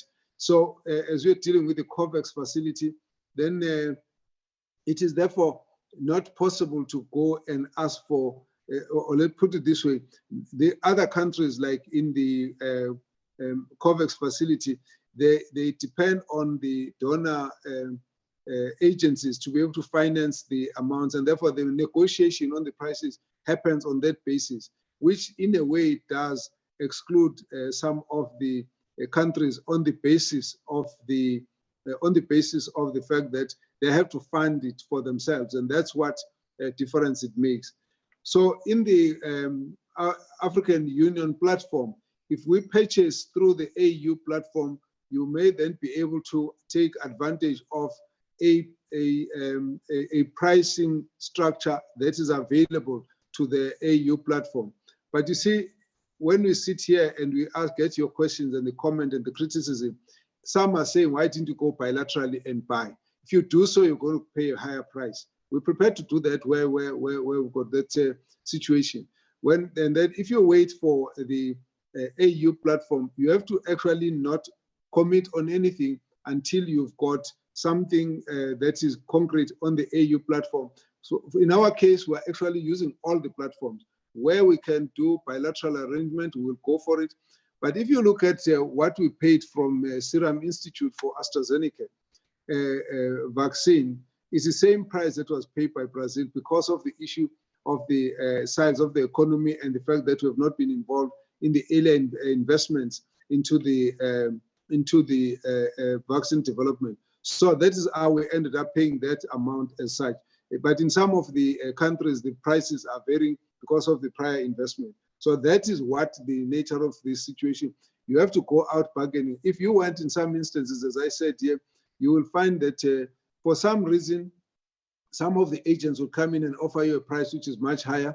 In the case of Pfizer, the arguments we were able to make and agree with them was that they have actually been also doing work inside South Africa, on which basis, therefore, they have to understand that South Africa has made some contribution or another in the process, some in the different researches and so on. And on that basis, then we're able to get the price to come down. It's not everybody who will be paying the $10 that we were able to earn, but of course, it depends which platform you are actually coming from. That is the nature of this arrangement. Partly that's why, when you discuss with, you've got to keep some of the discussion confidential up until we conclude the processes. Then I have addressed the question raised by Dr. Tenjiwai about the provinces not ready. We will meet with them and just check what are the gaps and so on. But we must expect that with the details that we all need, there'll come a point where some are not ready and so on. We just need to go back to them, help them until they are ready. So we are not going to be surprised if they're not ready. But when we find that out, we'll actually work with them to strengthen their capacity to deal with this issue. There is a process of what we call a detection of adverse effects following immunization. That's part of what our monitoring becomes. So we actually have a monitoring mechanism for that. Therefore, all the people who have gone through vaccine would have to be able to report if there's any untoward program. This basically helps us to deal with anything untoward that arises out of the vaccination. Well, the question of the Minister of Health has been dealt with, because obviously we have to, we don't necessarily have to be the ones who do the invitation, and so I'm glad that the chairperson is going to attend to that particular issue. Then Honorable Kwahube raised an issue around the nature of the reports. Well, I'll take your point, and therefore we'll have to sit down and just discuss what's the best way that the portfolio committee would like to see. We'll see how we can address that particular issue. But I don't think we should say it's drip-fed, actually, because we come also on the basis of invitation. We also come to the media also on the basis of questions that get to be asked, as it were. There are members of the media who will ask us questions on issues that we're still planning. Now, we cannot say that we haven't planned on that. We're going to have to answer as truthfully and as transparently as we can. But we get the same issue because if there are issues that we want to deal with in any way, because it's still under management, it's still confidential, but all the portfolio committee meetings are open. So there isn't anything that you can actually say there's anything that is hidden for the portfolio committee or is hidden for the media. We have to respond as each and every time. But sometimes the demand for information does not wait for whether we have already spoken to the portfolio committee or not. And so if there's a way of closing that gap, I'm sure we should be able to deal with that. Now, the questions around timelines and the use of some of the dosages, we have said that there are more doses that are expected, but we couldn't announce them because they had not been, some of them have not been finalized. So the approach we had taken on the AstraZeneca approach was that we'll give to everyone the first doses, and therefore we will be able to get additional doses in time to be able to give the second dose. As a matter of interest, what we found talking to some of the experts from the UK, they were indicating that whilst we say you give the first dose and within 21 to 28 days you give the second dose, in fact, there's been also research showing that you can do it after 42 days, which is 6 weeks. In fact, in their case, they've actually stretched it to 3 months, which means it's still safe to give the second dose in 3 months. The only thing that you need to make sure of is that someone gets a boost from the same dose and not from a different dose. Doesn't mean that you can't do it with a different dose, but it has to be done under some scientific research and so on. So we won't go into that. At the moment, our approach is that we deal with the first dose and the second dose, but there will be time to be able to recover, to get the additional doses to be able to give through to the rest of the of the health workers who could have gotten the first dose. So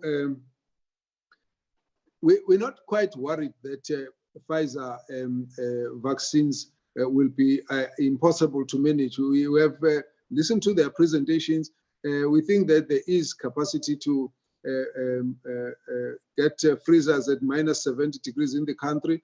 They have also indicated that they will be using a Kanban system, which basically means that they will deliver by air as much as is available that week, and then another bit in another week, and so on. Which means in that process there will not be necessarily overloading of our facilities, but the training that they'll also be participating in ensuring that those who will be handling it are quite familiar with the strict requirements for their cold chain management. All of that is going to be taken into account. So we therefore believe that all we need to do is to build our capacity as we go along. We had given to this committee what would it mean to actually vaccinate 40 million people. And we've given the numbers, and we've said this is how many people would need to be done, and this is how many people that would need to get. But of course, you might find that as we have to build up, those numbers are not immediately available per day, on the first few days, but also with the limitation in the supply of vaccines, which that might also affect it. Now, you must realize as well that we're not the only ones. Now, at least we in South Africa, we are buying and negotiating and getting the stuff.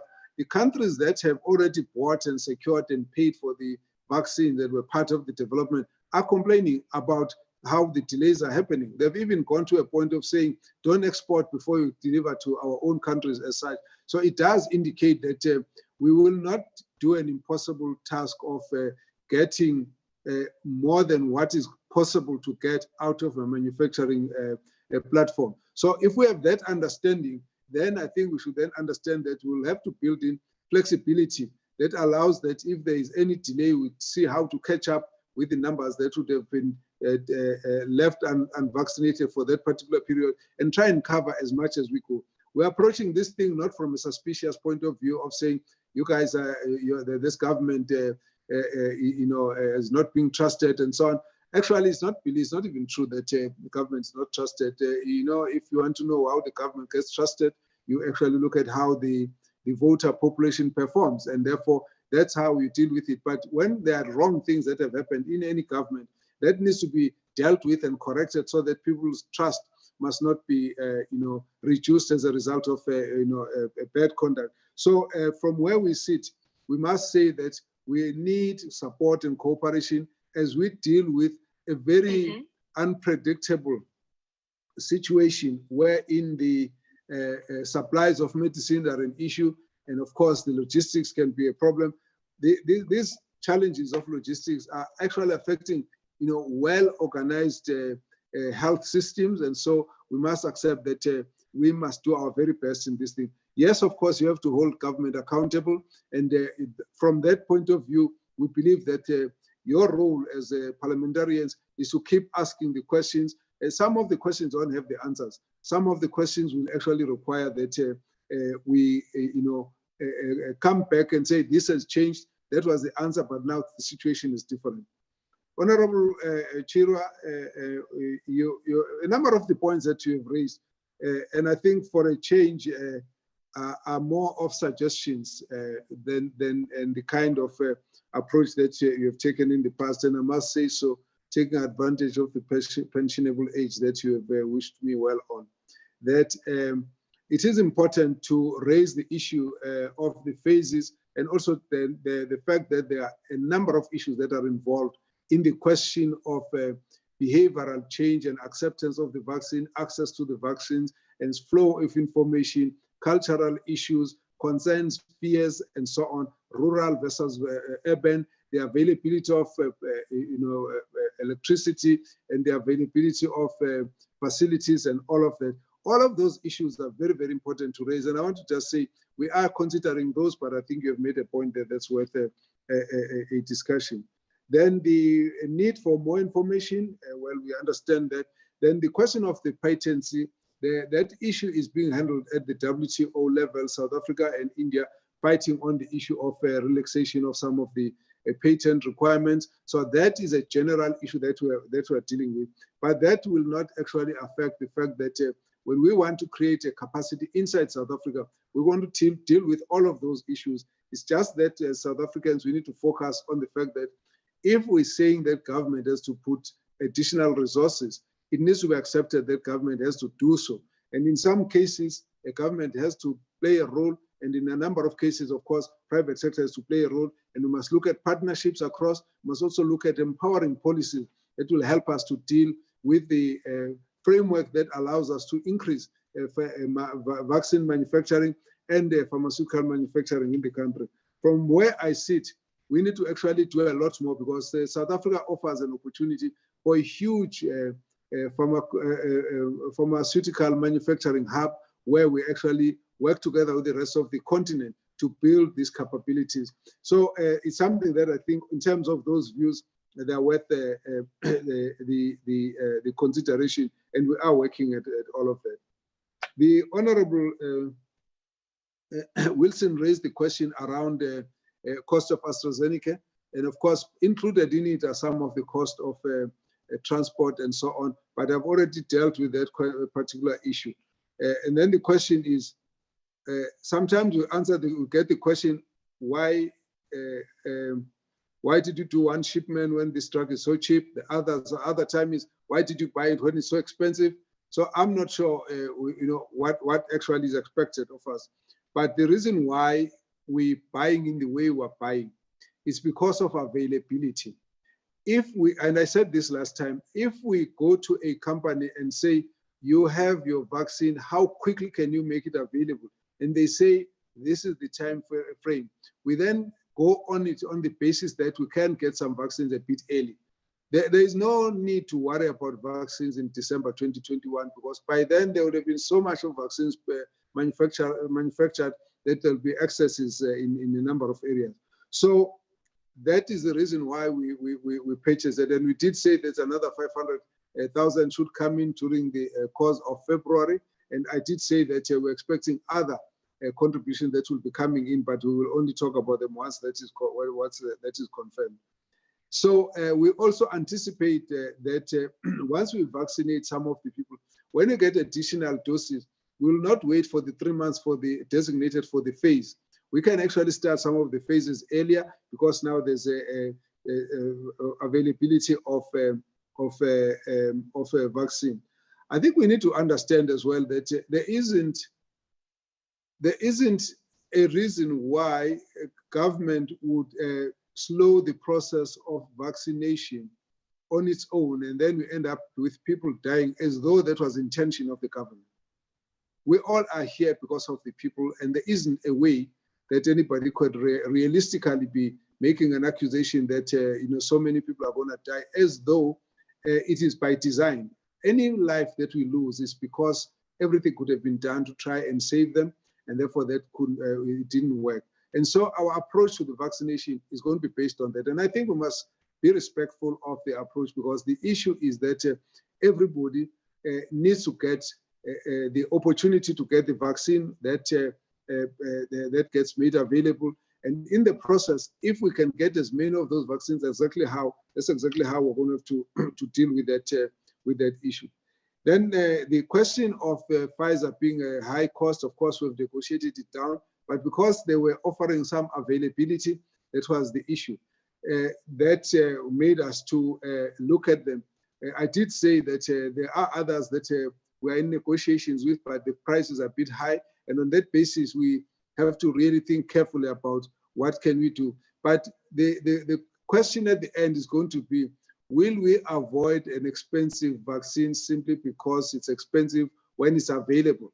And we know that the efficacy is acceptable. So the answer is no. We can actually procure expensive vaccines, provided they will be available earlier, and out of that process, we will then balance up. And that's why we said earlier, it's going to be a multiple supplier program that we're going to be taking. Then COVAX, will actually tell us which particular vaccines that they have. They are the ones who determine. I think it's also based on what they've ordered and what is available early, and also depends on whether other countries would be able to manage the conditions that are associated with one vaccine. And therefore, you might find that they will say, okay, these countries can afford to manage this particular type of vaccine, so move more of those vaccines to that particular country. So they have given us a sense that at this point they would have been able to do 1 billion vaccines, but I think we need to realize that that is working much well for the rest of the other countries because they are depending on donor communities. In our case, were those countries that have to finance our own package through them. So we've actually said to them, look, what have you got that's available? They are also constrained by the availability that's coming from the manufacturers. Then your point, Ms. Wilson, Honorable Wilson, about vaccination report, we are moving towards that so that on a regular basis, we're able to track how many people, and it should be public information as soon as our systems can do that so that we don't have to discuss it in any way. But your concerns about webinars and media briefings, I'm sure you are not saying that we should not address the public and address meetings. But what we need to then do is to find a mechanism of how we can share information that you are interested in or are concerned about, even if we have not been able to go onto a meeting of this nature. I can hear all of us are saying that there is not enough time. I do agree there's not enough time, but there's also not enough time for this portfolio and other work that we have to do to try and keep a balance. But we can actually find a mechanism to keep sharing what questions. The members have got questions that you can ask, and we can try and provide as much of that information as it were. Honorable van Staden wanted us to give the Western Cape ability to go and buy their own vaccines. Well, let me say, if you are arguing like that because you're saying the ANC, the provinces run by the ANC are corrupt, then I think you're out of order. That's a politicking, and so we can argue about that. But let's deal with the possibility of a province buying vaccines. Let's leave the politics out. Let's deal with that. There are challenges that the province can face on that, and one of the challenges is the fact that one member said that, why was the letter from Treasury? Why did it come late in January? Well, that's because we've been involved in a lot of discussions about what the issues are that are arising in the procurement process. And once we came to a conclusion with Treasury, then we wrote a formal letter to say, okay, this is how we're going to deal with it. But there's been lots of discussion with Treasury long before then, and that letter and the dating of the letter has got no impact in terms of whether we were late or we're not late. It's got more of an impact on saying at which point were we able to get an agreement amongst ourselves in terms of the best way to manage a situation that we're dealing with. We have been dealing with these issues quite a while before, and between myself and Minister of Finance, we've been dealing with these issues. And so when you pick up one letter and you then say to prove something, I think we must forget that line of going to try and prove that the country has been delayed. I'm indicating right now that there are challenges in all the countries in the world, and therefore we need to understand that there would have been those situations where even as we approach the companies to try and procure the medication, things are not as smooth as what would have been expected. So the question then that comes for a province that needs to purchase their own vaccines is the fact that you will then are saying that Treasury must give the National Department of Health a deviation for procurement, and then they must each province must be given the same deviation. But you're saying we also want to avoid problems of corruption, but everyone must be given different deviations. So that becomes a bit of a problem. The second issue is that there's prepayment here. It's completely outside the PFMA. So prepayment means that you can't be saying everyone go prepay. You rather say, let's get a central acquisition and procure centrally, and then you then give a deviation for prepayment, and then you do that. When the agreements come, there's a huge amount of consultation and negotiation and discussion that needs to be done. If you are dealing with, you can imagine now you have one company, let's say Serum Institute or AstraZeneca, must now negotiate 9 different contracts for South Africa because each one of the provinces wants to go and buy their own. And this is a new program. So those are some of the practicalities. Then come to the conditions. Some of the conditions only the central government can take responsibility for. No provinces can be given that authority because they don't have. And therefore, those are the real issues which are practical. And let's leave the politicking out of the way, because most of the major manufacturers would rather deal with government because they can see the numbers are actually much safer like that. And you cannot get an individual who will sign an indemnity against what happens to a particular product on behalf of a population when the government has not participated in that. So there are tricky things that are involved. This is just a practical situation. So that Honorable Van Staden, you should understand, it's not the politics of who runs which province. It's the politics of global manufacturing companies and the dynamics of the vaccination manufacturing and the issues associated with that. So we have indicated the registration, the health workers have gone in there, but what we will not do, we've given you broad guidelines in terms of each phase will be 3 months, the other one 6 months and so on. Those dates are going to change. And so I think allow us to work on the basis of a pragmatic approach that says if we find that we are ready earlier, we then move people to start. We can't say wait for 3 months because of that. If there's a knock-on effect from some problem and the things are delaying a little bit, then of course we'll explain that this is what will be happening.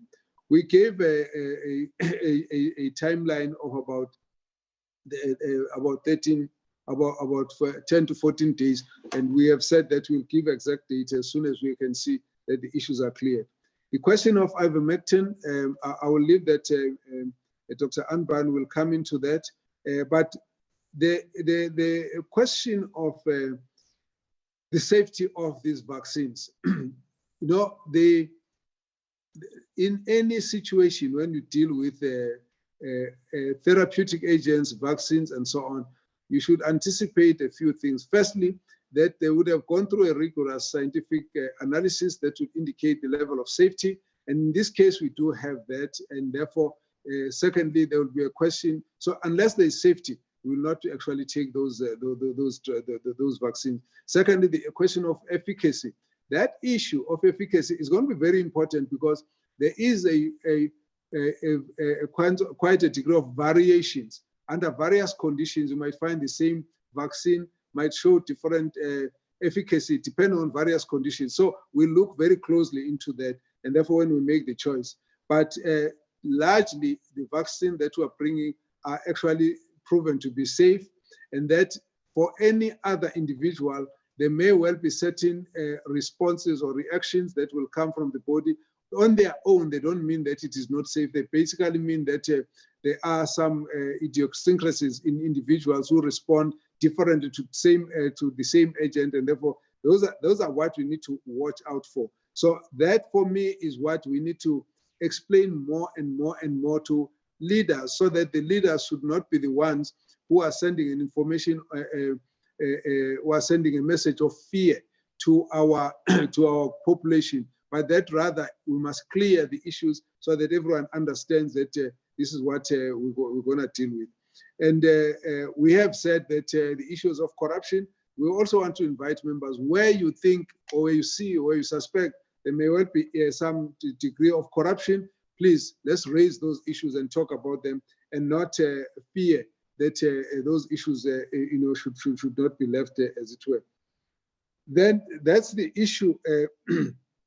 That's the issue of safety that I think even Honorable Sheikh Mohammed said we must deal with.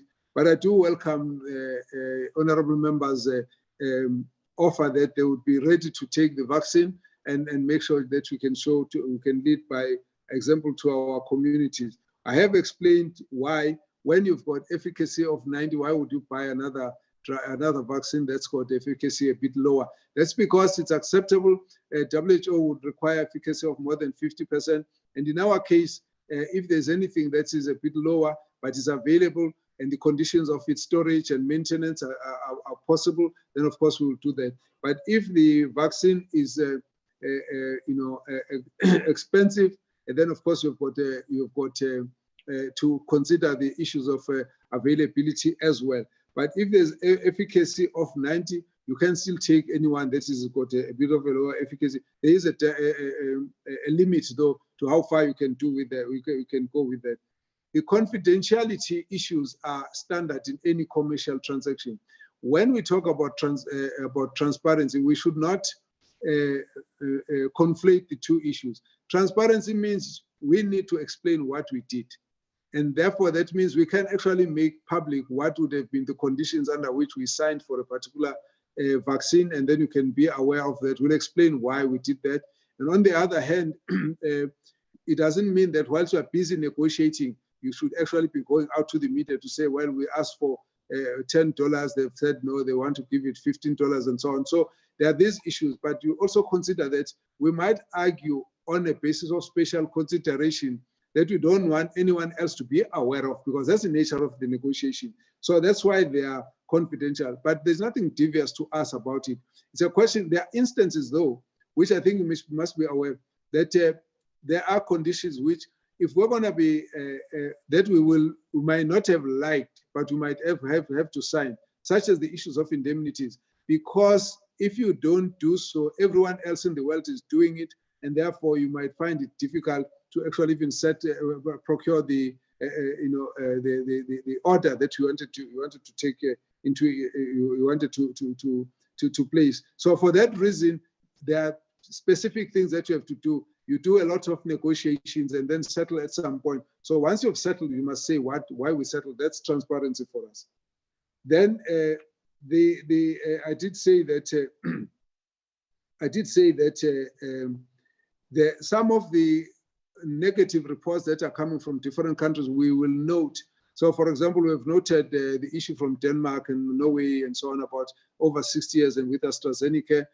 We have to note those and then follow. We have noted some of the reports about people that died after the Pfizer vaccine and so on. It's just that every incident that happens on someone who has got the vaccine needs to be reported. It's another question to assign the causation of death to the vaccine as opposed to the association, because once someone has had a vaccine, we need to know, are they coughing? If they are coughing, you want to know whether that could be, there are many people who are coughing, because then there might be an issue around the cough, only to find that this one was a simple cold.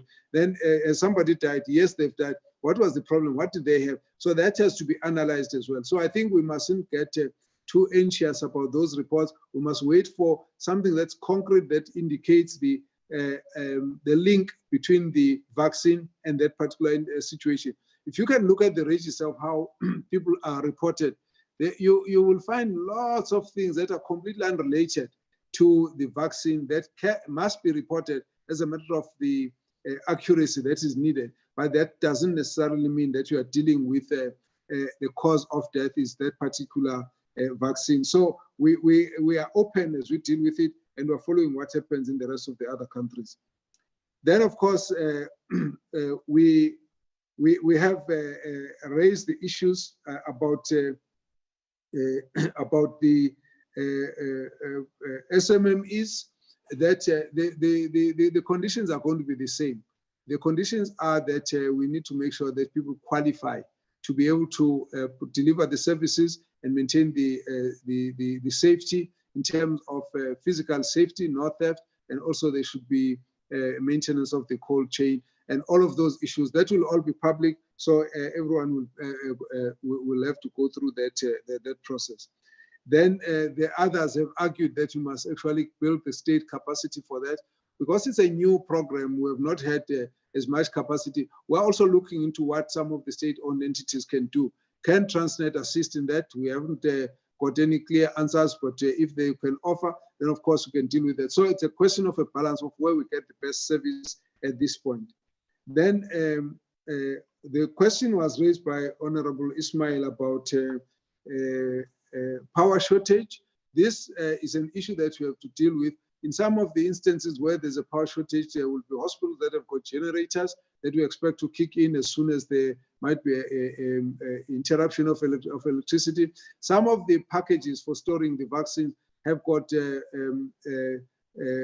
batteries that maintain the cold chain for a particular period that have got to be protected. So that all of those issues are part of what we're going to be doing. But also in some of the vaccines, you move it away from -70. Once you start using it, you can store it for a limited number of days on a normal fridge, and therefore it may not be damaged immediately. So all of those are going to go into the lesson, the training of our staff. Why not buy from Aspen directly? Well, there's a bit of a difference between what Aspen and the Serum Institute of India is. AstraZeneca with the Serum Institute of India has given them the license to manufacture. So you can order straight from that particular company. Whereas Aspen is doing a filling and finishing role for J&J, and they are contracted. They don't have the leeway to actually get into their own independent contracts, but you have to do so with Johnson & Johnson.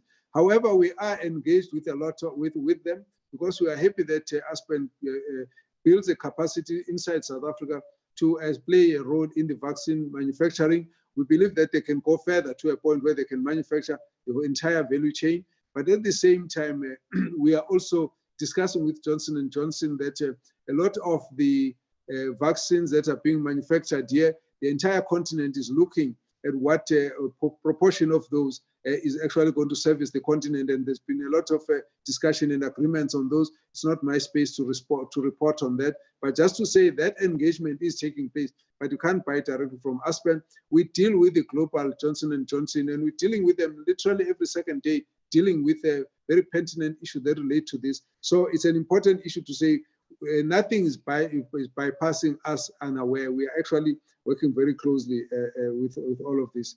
So the basis of which suppliers we approach is based on availability. Well, firstly, safety, efficacy, availability. Then beyond that point is going to be a question of price, convenience, and all of those things. So that whole package and stuff that we deal with. I still want to insist that this is 2021, where most of the countries are going to be vaccinating most of their population. Whether a country started in November or December or January or February, the forecast is this is 2021. So we must really not keep thinking that we are so late. There are many countries that haven't started. There are countries that are starting and stopping. So there are lots of issues that have to be taken into account. I still believe that South Africa has actually received the best that we can under the circumstances, and there will obviously be more and more effort to accelerate the acquisition of more vaccines. And as things are going to be unfolding, we'll be making public announcements about them. If there's still time, we could actually ask Dr. Anban Pillay to respond on the issues around ivermectin and some of the ones that I might have left out. Thank you very much, Chairperson. Thank you, Chair. Thank you, Minister and honourable members. If I can just quickly deal with the ivermectin issues. So I think it's important to state that SAHPRA is mandated to address the issue of ivermectin. The National Department doesn't have a specific role in the registration or evaluation of the product. I have been talking to SAHPRA, and they have indicated that they will certainly be licensing GMP facilities to supply the ivermectin. I understand that there are about 3 suppliers that could potentially supply ivermectin of a grade that may be acceptable to SAHPRA, and hopefully we would see a progress on that matter going forward. In terms of having a set price for the ivermectin, I think that's something we would engage with those suppliers once we get more information about who those suppliers are and what the pricing is around that. I think that will emerge over time. If I can also just address the question around the vaccine efficacy, I think it's important to appreciate that the percentages that you see around the vaccine relate to the efficacy in mild to moderate infection, where people report symptoms, etc. What's important in vaccination, or should be very important, is whether the vaccine can prevent hospitalization and death. And if you look at all of the vaccines, they more or less are equally effective on that score. So I think at the end of the day, our greatest interest is to prevent hospitalization and death. Whether you have slightly more symptoms or slightly less symptoms is less of an issue, I think, relative to the efficacy of vaccines. The question around the tracking of vaccines, well, the IT system that we've put in place requires that the batch number and the product details are captured within the IT system, and barcoding will also be incorporated within that, so that we'll be able to track the vaccine and make sure that the vaccine that has been administered to a patient is a vaccine that we actually procured and is a legitimate vaccine. So I think certainly that will be part of our system.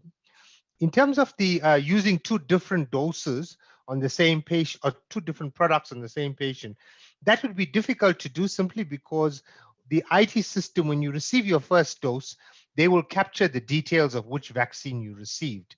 And so you will receive a reminder to go back and get your second dose, and that's the doses that will be distributed to that facility. So they shouldn't, that shouldn't happen in terms of the delivery. The question about which vaccines will COVAX supply, currently they have deals with Pfizer and they have deals with AstraZeneca, and those are the two vaccines you would have seen that they've indicated they will supply to us. They're also indicated they're talking to Johnson & Johnson, and we anticipate that later in the year that Johnson & Johnson vaccines will become available through the COVAX facility. Just on the question relating to the arrival date of the AstraZeneca vaccine from Serum Institute, I think it's important to bear in mind that the vaccine delivery date and the commencement of vaccination are different. And we put in the 500,000 in March simply because we're not exactly sure on the exact date of delivery. And to be safe, we thought we will rather allocate that to the month of March than allocate it to February, because at this stage, we don't have an exact delivery date from the Serum Institute itself. I think on the question about the Pfizer vaccine, the minister's answered that about the cold storage. We've been able to get a fair bit of support from some of the universities who have -70-degree fridges. So we would probably be able to borrow some of those and keep them as vaccine storage for a temporary period of time. Thank you, Minister. I think those were the key questions I was required to respond to. Okay. The minister had indicated that he would probably like to take another appointment, but I noticed that in the platform here there's a DG, Dr. Buthelezi, the Deputy Minister, Dr. Pasha, Dr. Aquina Tulare, and even Ian van der Merwe, the CFO who's negotiating with the National Treasury. Any one of you would like to add on or say something before there are some members who would like to ask follow-up questions, 2 or 3, and I've checked with them. They said they will be happy even if a minister is not here now. They would want to make a follow-up. Maybe let me check if I could appoint for that. Right until at least close to at 4 o'clock, we might be wrapping up. Okay, let me start with the follow-up questions. Honorable Wilson, followed by Honorable Imam Sheikh. Those are the two who have indicated so far. If there's any other one, you'll come after Honorable Imam Sheikh, but let's start with Honorable Wilson now. Thank you, Chairperson, and I appreciate it. Thank you, Dr. Pillay and Dr. Buthelezi. I'm glad that you're still on the format, and perhaps you can assist me with these answers. I literally have sort of one follow-up question, a couple of issues linked to one question. I think I want to state from the outset, is, the minister mentioned that, they sometimes get the feeling that we are stating that these delays in the vaccines and the holdups and etc. are by design. Please understand, under no circumstances are we saying this is by design. That is a thought or indication of something I don't think we should even be thinking about. What we are saying is that we will slow out of the starting, and that maybe some of these issues with vaccines should have been addressed earlier rather than as late as they were. And around that question of vaccines, and I'm going back to the Minister's presentation, particularly where he has listed the amount of vaccines, from where they are coming and in what numbers they are coming. Oh, welcome, Minister. Nice to see you still. And this is where I need the clarity. Minister, you are saying that the vaccines are ordered on confirmed availability. So what I'm asking then, in this presentation that you've given us, the 20 million from Pfizer and the 9,000 from 9 million from COVAX or J&J, AstraZeneca, whatever they are, how realistic are these figures? Have we entered into contract with them? Have any payments been made to these companies? What level of negotiation are we at, or are these thumbsuck figures? Because I get very concerned when you say, oh, well, this has still got to be done, that's still got to be done, etc. has got to be done. It sounds, then it makes these figures appear that they are thumbsuck. And I think that is my biggest concern here. That and the fact that if there are thumbsuck figures, and we know that even by January next year, we will not have got enough vaccines to create a herd immunity. These vaccines are going to arrive very slowly. And I know that you say it's a moving target and they be available tomorrow. But in order for us to hold the department accountable, we need some clarity on exactly where we are. If you grasp what I'm trying to say, Minister, I see you nodding your head. Thank you.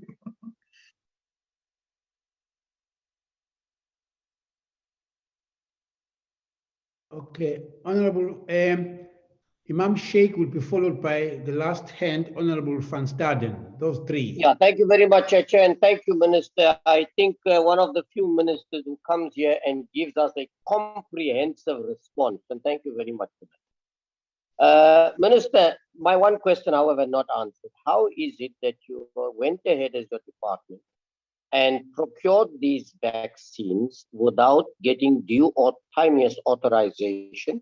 Up to now, according to SAPRA, there is no Section 21 applications or anything for most of these vaccines that are going to come in. And so how is it that we already go and order something and procure it without due authorization? The second thing is this, in terms of this vaccine, many of these companies or organizations raise their concern that they have been running after your department for a long time from last year to try and negotiate on these vaccines, and you only came to them in January. Now, I don't know if you've partially answered that, if it was because of financial constraints and you needed to get the go-ahead and things from Treasury and things. If that is the case, then one can understand that. But just finally, I'm not satisfied with the response I'm getting in terms of the ivermectin, because SAPRA is saying we only register on application. They're saying it is others, and our understanding is the NDOH should be in the forefront of reviewing data, putting some pressure, asking them to review it, get people to do applications, look at the stats that's coming. Now, between the two of you, somewhere there seems to be a lack of communication as to whose responsibility, who is the custodians of the health of the people in this country. Maybe that clarity will take us a long way into be able to resolve not only this, but future incidences of this nature. Thank you. Honorable Van Staden, the last one. Thank you, Honorable Chairperson, Honorable Minister. Now I have one last question to the Minister. Why I'm asking this question is, but I, as a citizen of this country, is worried that this problem I'm going to raise now will have a very big impact on the vaccination process and the rollout process, therefore. Honorable Minister, according to reports that was published last Sunday, there are about 40,000 government posts for experienced doctors and specialists frozen due to a lack of money. And we have seen over the past year what impact this was having on our state hospitals due to a lack of doctors and nurses. Now, in the Eastern Cape, 625 nurses are without a job due to the department that don't have the money to pay for their salaries. We have seen over the past year the problems that occurred in the Eastern Cape state hospitals. Now, this past Wednesday, doctors and healthcare workers protested outside the Harry City Hospital in Uppington in the Northern Cape due to a shortage of staff. Now, doctors at this hospital is under tremendous pressure and are overworked and tired. Now, this hospital is a district hospital, as you know, with 327 beds, with, if I'm correctly, only 36 doctors currently. Now, doctors are working 40 hours a week with 20 hours overtime, but they do not get paid if they work longer hours to help in the fight against this pandemic. Now, there is also simply not enough staff to help these doctors, and thus the management of a hospital must, as far as possible, limit the need for overtime and use it only in the event of a shortage of staff. And then in the Eastern Cape, that same department in 2020 paid 60 million rand to false overtime claims that was handed in at the department. My question, Honourable Minister, is how will your department address these issues that is now spreading across the country? How will your department see to it that the problems with appointment of interns will be eradicated? And what plans will you and your department put in place to see to it that enough doctors, nurses, and healthcare workers will be appointed across the country to help in the fight against the pandemic, to help with a rollout of a vaccine plan, and when can and will these appointments start to take place? Thank you, Honourable Chairperson. Thank you, Honourable Minister. There's the last one. Honourable Minister, I was not aware you are still in, but thanks for holding on. You will indicate when you want to leave the meeting. Thanks.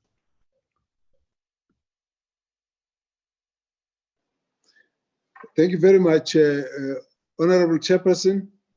Let me start with the last question that's been raised by Honourable van Staden. I have seen the numbers that are published, very high numbers, and the numbers, we don't have a shortage of 40,000 doctors. Now, the real issue is that we do have challenges of human resources. Firstly, there are a number of provinces that do get problems. And in the past year, we went around to the different provinces, even to the extent of employing contracted doctors and nurses to be able to deal with the issue of COVID-19. We will continue that approach to make sure that there is immediate availability of doctors. Now, there was an issue raised that there is a list of unemployed doctors. Then I'd actually asked that the Medical Association, together with a team in the department, they must look at that list so that at that time we must then deal with that. For a long time, we couldn't quite get the numbers that were unemployed out there. So the issue of the shortage of doctors and the lack and unemployment usually comes in different ways. Firstly, a number of interns, when they have not been given allocation by December sometime, they panic and then they start tweeting and complaining that they have not been placed, and it becomes a problem. So when that happens, members think that that means that we're not employing those, whereas it's a matter of a time delay that would have been part of it. The second group would be doctors who are employed as community health, community service doctors. Before the end of their term, they would sometimes panic to say where are they getting employment. And in a number of instances, that issue becomes quite emotive at the point when we deal with it. Last year, we had the same situation, and then I actually called all the MECs and asked them to declare all the unemployed, the vacancies and so on. And I found that there was always a problem. The provinces aren't in the same situation. In Gauteng, for example, they had actually issued out a call for doctors to come for interviews, and they couldn't fill the numbers of posts because the doctors did not apply in the large numbers. And the fact there was no automatic translation, that someone was in community service, therefore they were prepared, to stay in the public service after that. A number of them wanted to move into the private sector. So it's an issue that you have to manage on a day-to-day basis as you move on. So your question is that what about in the Northern Cape? There we have a different challenge, and the challenge is the fact that the area is a bit, it's away from the main centers, main cities, so it tends to suffer the reluctance of members to go there. Rural areas have the same problem. That's now and again the reason why you get the same problem in the Eastern Cape. So where you find that some of the small hospitals, the doctors, there's no doctors, there are not enough doctors, because the people tend to move towards the urban areas. So it's an issue that we have to deal with. And in some of the instances, we've had a problem of when there are financial constraints, then the province would now say they are forced to do freezing of the posts. And then sometimes those posts would be health-related posts. So in the Eastern Cape, for example, we had a big discussion where I then said to them, okay, how many doctors, how many nurses are short? And then they said, actually, we have corrected the issue of doctors and nurses. Now we're short of porters and cleaners and general workers, general assistants. So it's an issue that we have to deal with on a continuous basis. And how we decided to deal with it was to go and sponsor the creation, the development of a human resource strategy that's really futuristic. Now that strategy takes into account the current vacancies, it takes into account the population growth and some norms that we have debated quite strongly whether in fact they are suitable, they are appropriate or not. And therefore it begins to create a future projection of what we might need in so many years to come in the future. So those projections can be misinterpreted as to mean we're having a shortfall now, but those projections also mean that we have to move from the current establishment and change that, revise it to a higher level of a human resource establishment. So all of those issues are issues that are part of this discussion. So we are managing it as I've indicated, and we are actually saying to the hospitals, to the provinces, where particularly where we've got pressure of COVID-19, we can't run out of doctors or nurses. You might have heard at some point the Minister of Finance saying that in public, to say there can't be a situation where there are doctors who say they can't be paid because there's no money, they can't be employed because there's no money. So that is really where we are on that particular issue. Then the question of ivermectin. Now, I don't quite know how we must deal with this. Honorable Sheikh Imam, the issue is that there are certain divisions of responsibilities. Now, when it comes to the issues of registration, most of the issues that you have been raising all along around the question of ivermectin fall squarely on the hands of the regulator who has the mandate to deal with the issues of registration, approval, looking at efficacy, available data, and whether the reports about the individual therapeutic agent are actually accepted as properly peer-reviewed and all of that. So we can't both do the same thing. So that is, it's SAPRA that must do that. And secondly, when there are trials that need to be done, what then happens is that the different research institutions, academic institutions, will get involved in the research and go and do the research. For them to do the research, they've got to go via SAPRA to ask for authorization under special circumstances to do that. And then we will get the results. When those results come out, they might indicate that a particular drug is useful for a particular purpose, but that is not the responsibility of that particular researcher to go and register the drug. It would then have to be the responsibility of the developer, the manufacturer, the one who sells the drug, to be the one who must go and apply for the drug to be registered. So on the one side, there are institutions who have had interest from the University of Free State, I think, and others to actually do more work on the area of ivermectin, because whilst we have had a lot of questions raised on ivermectin, what we needed is a double-blind trial that must then, on the basis of a very thorough scientific process, then prove the value of ivermectin.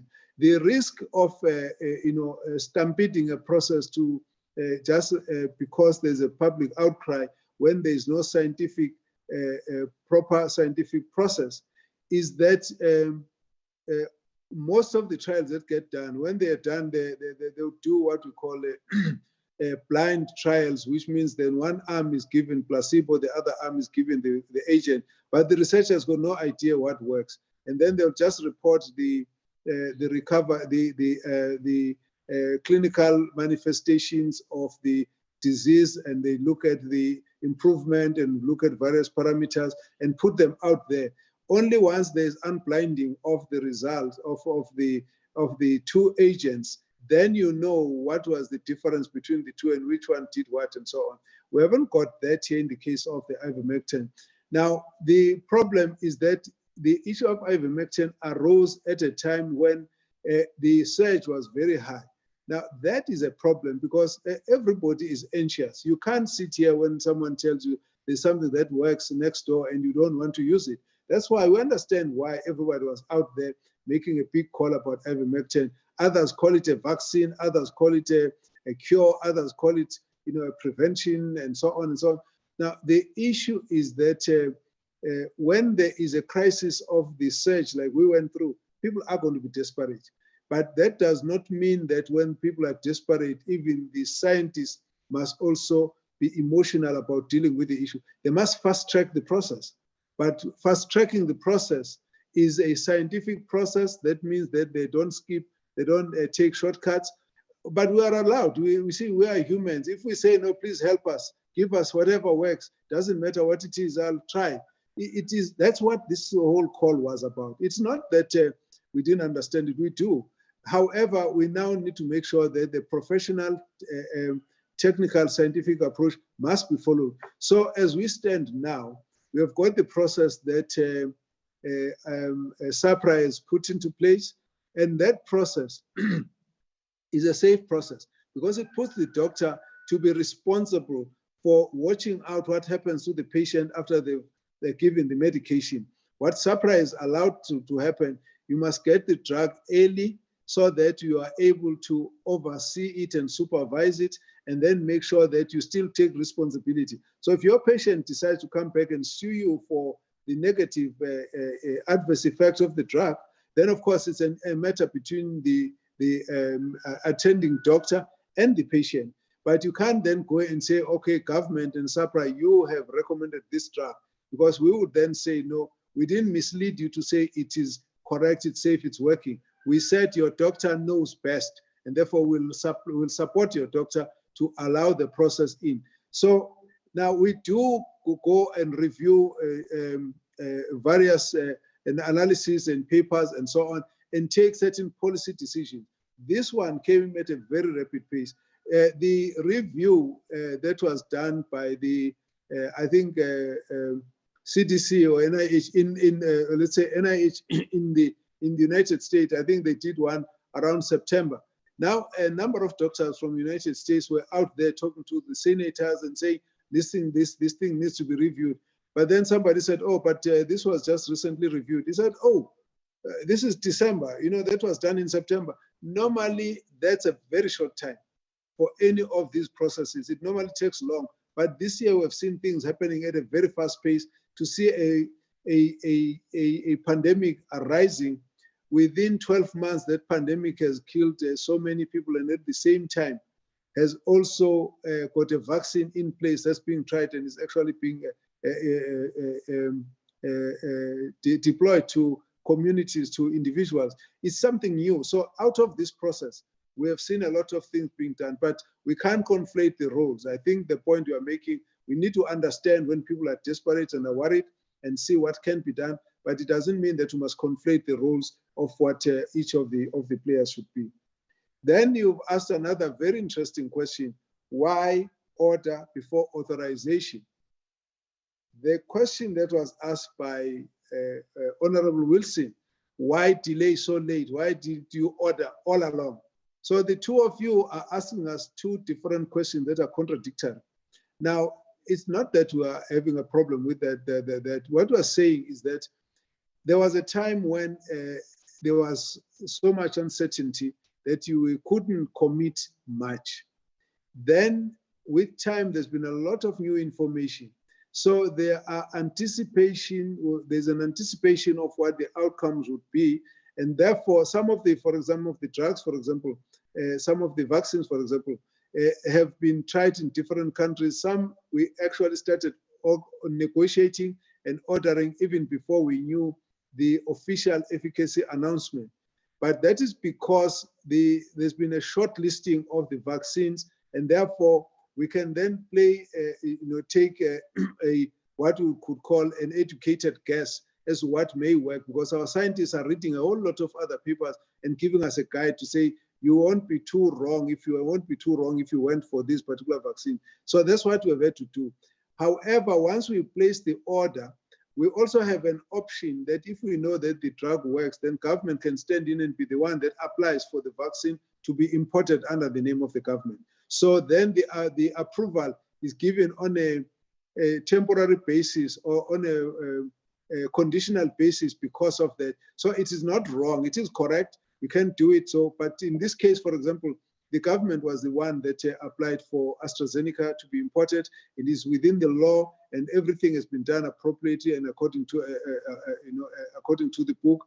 But if next year AstraZeneca wants to do the importing themselves, they could also apply and say, "Oh, we will do the one." And government said, "We're no longer interested in importing, so our authorization lapses." And then someone else wants to do it, so they'll have to do it like that. So that's what the process is. So there's nothing wrong in what we're doing. What we're basically saying is that all of these processes have to be done at the same time.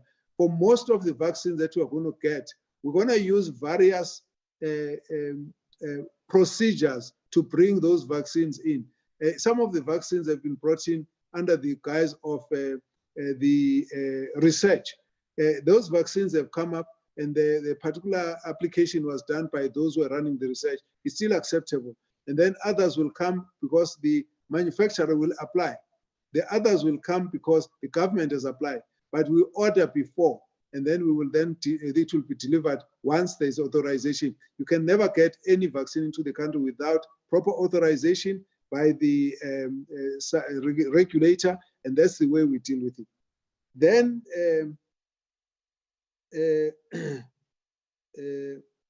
then the questions that are raised by Honorable Wilson, I do understand. Look, Honorable Wilson, I think you've put the issue of delay in such a way that we leave it to the opinions now. We have a view that we haven't delayed. You have a view that we delayed. It's almost like we may not necessarily agree on it, but that's fine. That's your view. That's my view. That's how we deal with it. We deal with it in that kind of view. But you are raising also a very interesting issues. What are these specifics? Now, when we negotiate with a company, we first ask them if they've got the staff and we're interested, and they say yes. And then we say, okay, we're interested.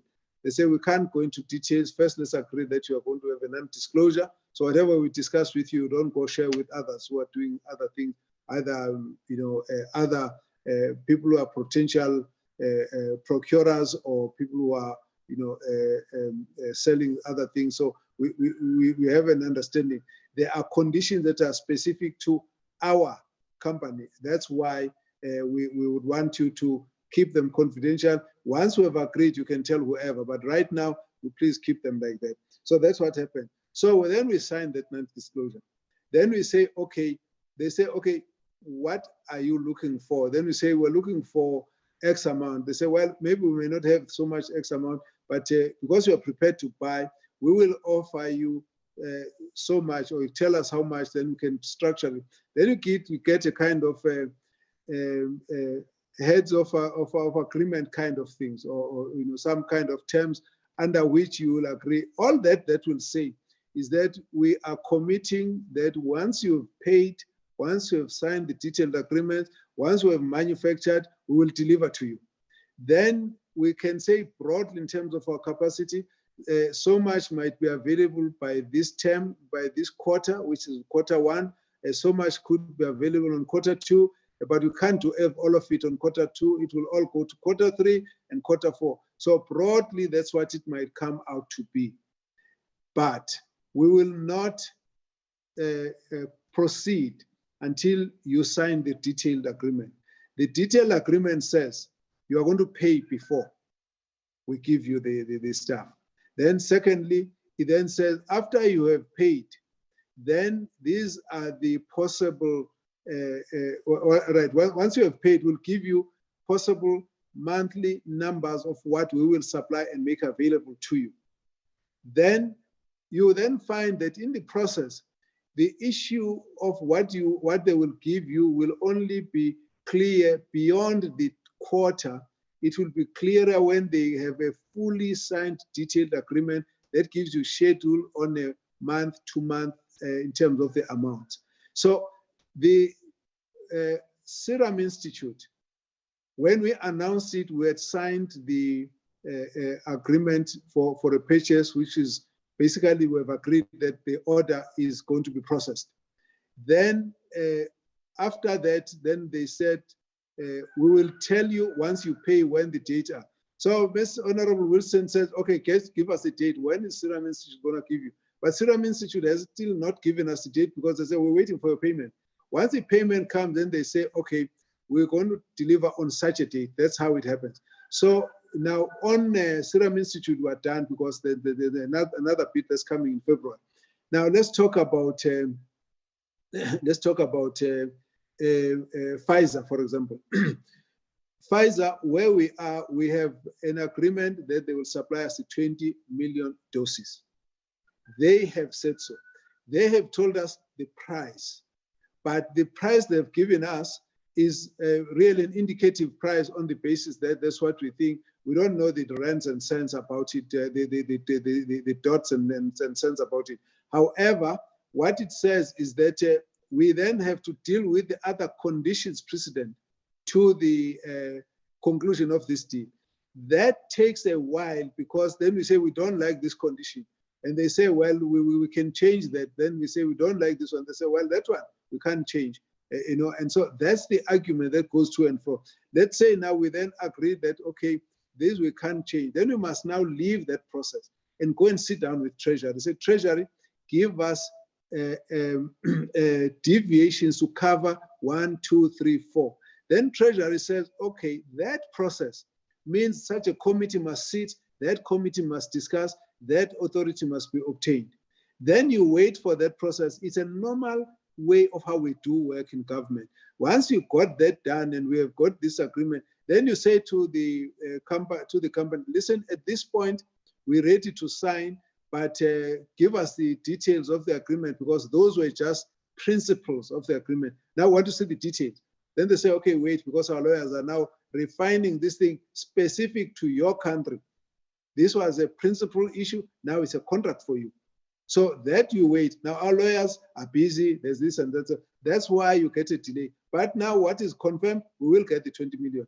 Have we paid? No. But have we got the money? We've gone to Treasury. We now know we'll have the money. So when we say to you, wait, because we still got the, that's really what tends to be happening. So all of these issues that you are raising, there is no thumbs up on the figures we've given you. Those figures are based on the best we can get out of the discussion with the companies. Where we have possible estimations, we haven't given you those numbers. In that column, the column that says shortfall, that column basically is, and I was saying to my team, it's misleading to say shortfall because we have negotiations that are going on that issue, but we're not at liberty to divulge because there's a whole lot of more, toing and froing. In some instances, we have to go and talk to this company, we have to go talk to COVEX, go talk to AVAT Group, go talk to the company, and then check what is the best way out of it. And when you find out that this is the way we're going to go for it, then we say we will settle this one. But whilst we have not got the first agreement that says you will get so many, you can't announce. So COVAX, we've agreed. They will give us the dosages there because we've got that whole area paid for. But ask them which vaccines. They say wait, because the distribution of all of these vaccines is not well confirmed. We still have to distribute across various countries, whatever proportions, and so on and so on. We also want to ask you about your readiness. Who is ready for this vaccine? Who is not ready for this vaccine? For example, COVAX would send to us and say, how much of this vaccine can you handle? We give them a response. They don't come back because they still got to check with the rest of the others. So when the members of parliament are saying, but where are the dates here? The dates are not there because the manufacturer hasn't given the dates, and the manufacturer will give us the dates once they are satisfied that the agreement is structured for our purposes, and we have agreed on the conditions, and we have got the exemption from Treasury, and so on. That process is how government works. You don't need to bother about it because at the back office, that's the stuff we do. But somebody wants to get the answer of what's going on in the back office. Why is it quiet? This government is not transparent, is not telling us, and so on. So those are the kind of things that we're dealing with. So when we then come back next time and we say, oh, there's this and that, that's going to be different, but you didn't tell us about that. That's because the thing was not confirmed. When we come back and say it's changed now because it's confirmed. So that's it. Now you have asked me the question in a manner that makes me understand exactly where you're coming from and what you're trying to get, because I have not been quite understanding what exactly is happening. Sometimes we take this process a bit for granted. You will not believe how many meetings we'll have with the global CEO and all the top members of the current ones that we're busy dealing with. There's a lot of discussion and so on, and sometimes we are pushing them. No, you can't supply so late, give us more. They said this thing is finished. Then somebody says, oh, maybe they might be having something somewhere. Go back to them. You understand? Then we go back to them and say, no. They say, well, there's an arrangement that can be made, and so on and so on. That's the kind of thing that we're dealing with. If that helps, I hope it does clarify some of the issues. So there will be information that you want, which we'll readily give. There'll be information that you are not ready. There'll be information that's unavailable, and that just trust us that when that information is available, we'll come up with it. And then, of course, to deal with your issue of concern about some of the questions that come to the media, I think what you need, Honorable Chairperson, is that, you see what the media does, they rely on gossips. So somebody then says, this was asked by Honorable Sheikh Imam, somebody says, well, you know, those guys are giving us a runaround. What they are doing, they're basically trying to pitch a sale, and they're using members of parliament and media to put pressure on us. Okay, and that's what happens. In this case, then I pick up a call and I call the CEO or the director and say, how come your people are telling this about us? They say, well, you know, we don't know who's saying it. And said, okay, issue a statement. They said, well, you know, we issue a statement, but the statement doesn't get carried because it's not an interesting story. So there have been areas where we've actually asked the organization. For example, we asked, I think somebody was quoted as saying that there was a source that said that, oh, Pfizer, we disappeared and they're having a difficulty working with the South African government. So I called them and I asked them, guys, why didn't you tell us you've got difficulty dealing with us? They said we were quite embarrassed and disappointed that someone has done that. But I'm not their spokesperson, you see. So I can't be coming to you to explain what they have said to me.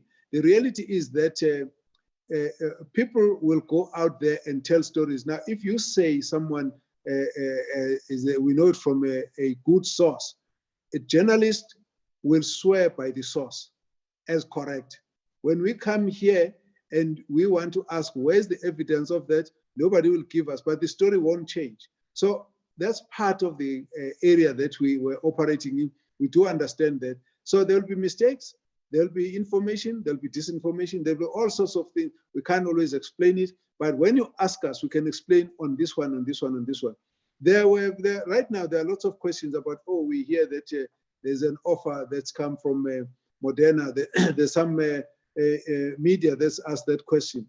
Now, how do we start talking about what we're discussing with a company that we're actually under non-disclosure about? And we know that nothing concrete has been concluded, and therefore we might be at a sensitive stage. We might be getting close to concluding the issues. We might be going through lots of discussion internally, all of that. So when you get to raise those questions, we will respond, but we may not necessarily be saying that what you get from what the media will report, we need to talk about, but not really, because all of it is as correct as what we might be seeing. The media will pick up the issue, then we'll tell them, no, this is not correct, this is not correct. Sometimes that doesn't appear. And so the environment, because of the nature of the pandemic, is such that any news, people pick it up and run with it, and they get concerned because everybody wants to know, when do we get rid of this problem of the pandemic? As long as we have not gotten rid of the pandemic, we're going to have to deal with disinformation. We're going to deal with delays. We're going to deal with contestation. People are going to be trying to get a shortcut to getting some money. I was shocked to see the story about the Chinese fake vaccines, and that people went and created something that they wanted to sell. Now, again, for me, one of the ways of avoiding that is to make sure that we authenticate whoever gives us the stuff and we take it through. So all of those issues, I think from the honorable members, I do understand that some of these questions become problematic to you. Let's find a way of how can we share the information, even if we don't have a sitting like this one. Thank you very much, Honorable Chairperson. Honorable members, we have gone way over the time that was allocated, not just by me, but by Parliament for this meeting. Thanks to the Minister. There's a saying in Zulu, I'm going to ask Honorable Kwahube to interpret it in English. There's a saying in Zulu that says, "Indlela ibuzwa kwabaphambili." Now, here in COVID, there is no court that is way ahead of us. All of us in the world learn doing things. So that's how I've learned sometimes to be a bit patient with some of these challenges, because it's a new wave in the whole world, and every day is going to be a new issue. Nobody has got much more experience than anyone in the world on these issues. But thanks for the engagement with the Minister. And Minister, you can see the appetite of members wanting to engage with you. I'm still getting messages here that I said, no, we will not have to continue longer. We have to bring this close, because I've been advised and warned by parliamentary staff that they have been pleading to keep more minutes, and this meeting has to really come to a close today. Honorable members, we meet again next week on Wednesday for another portfolio committee meeting. Have a good weekend. Thank you, Minister, and your team. That was a big team that you brought together. Thank you very much. Thank you very much. Thank you, Chair. Thank you, Chair. Thank you, Chair. Thank you, Minister. Thank you, team. Thank you, Chair. Yeah.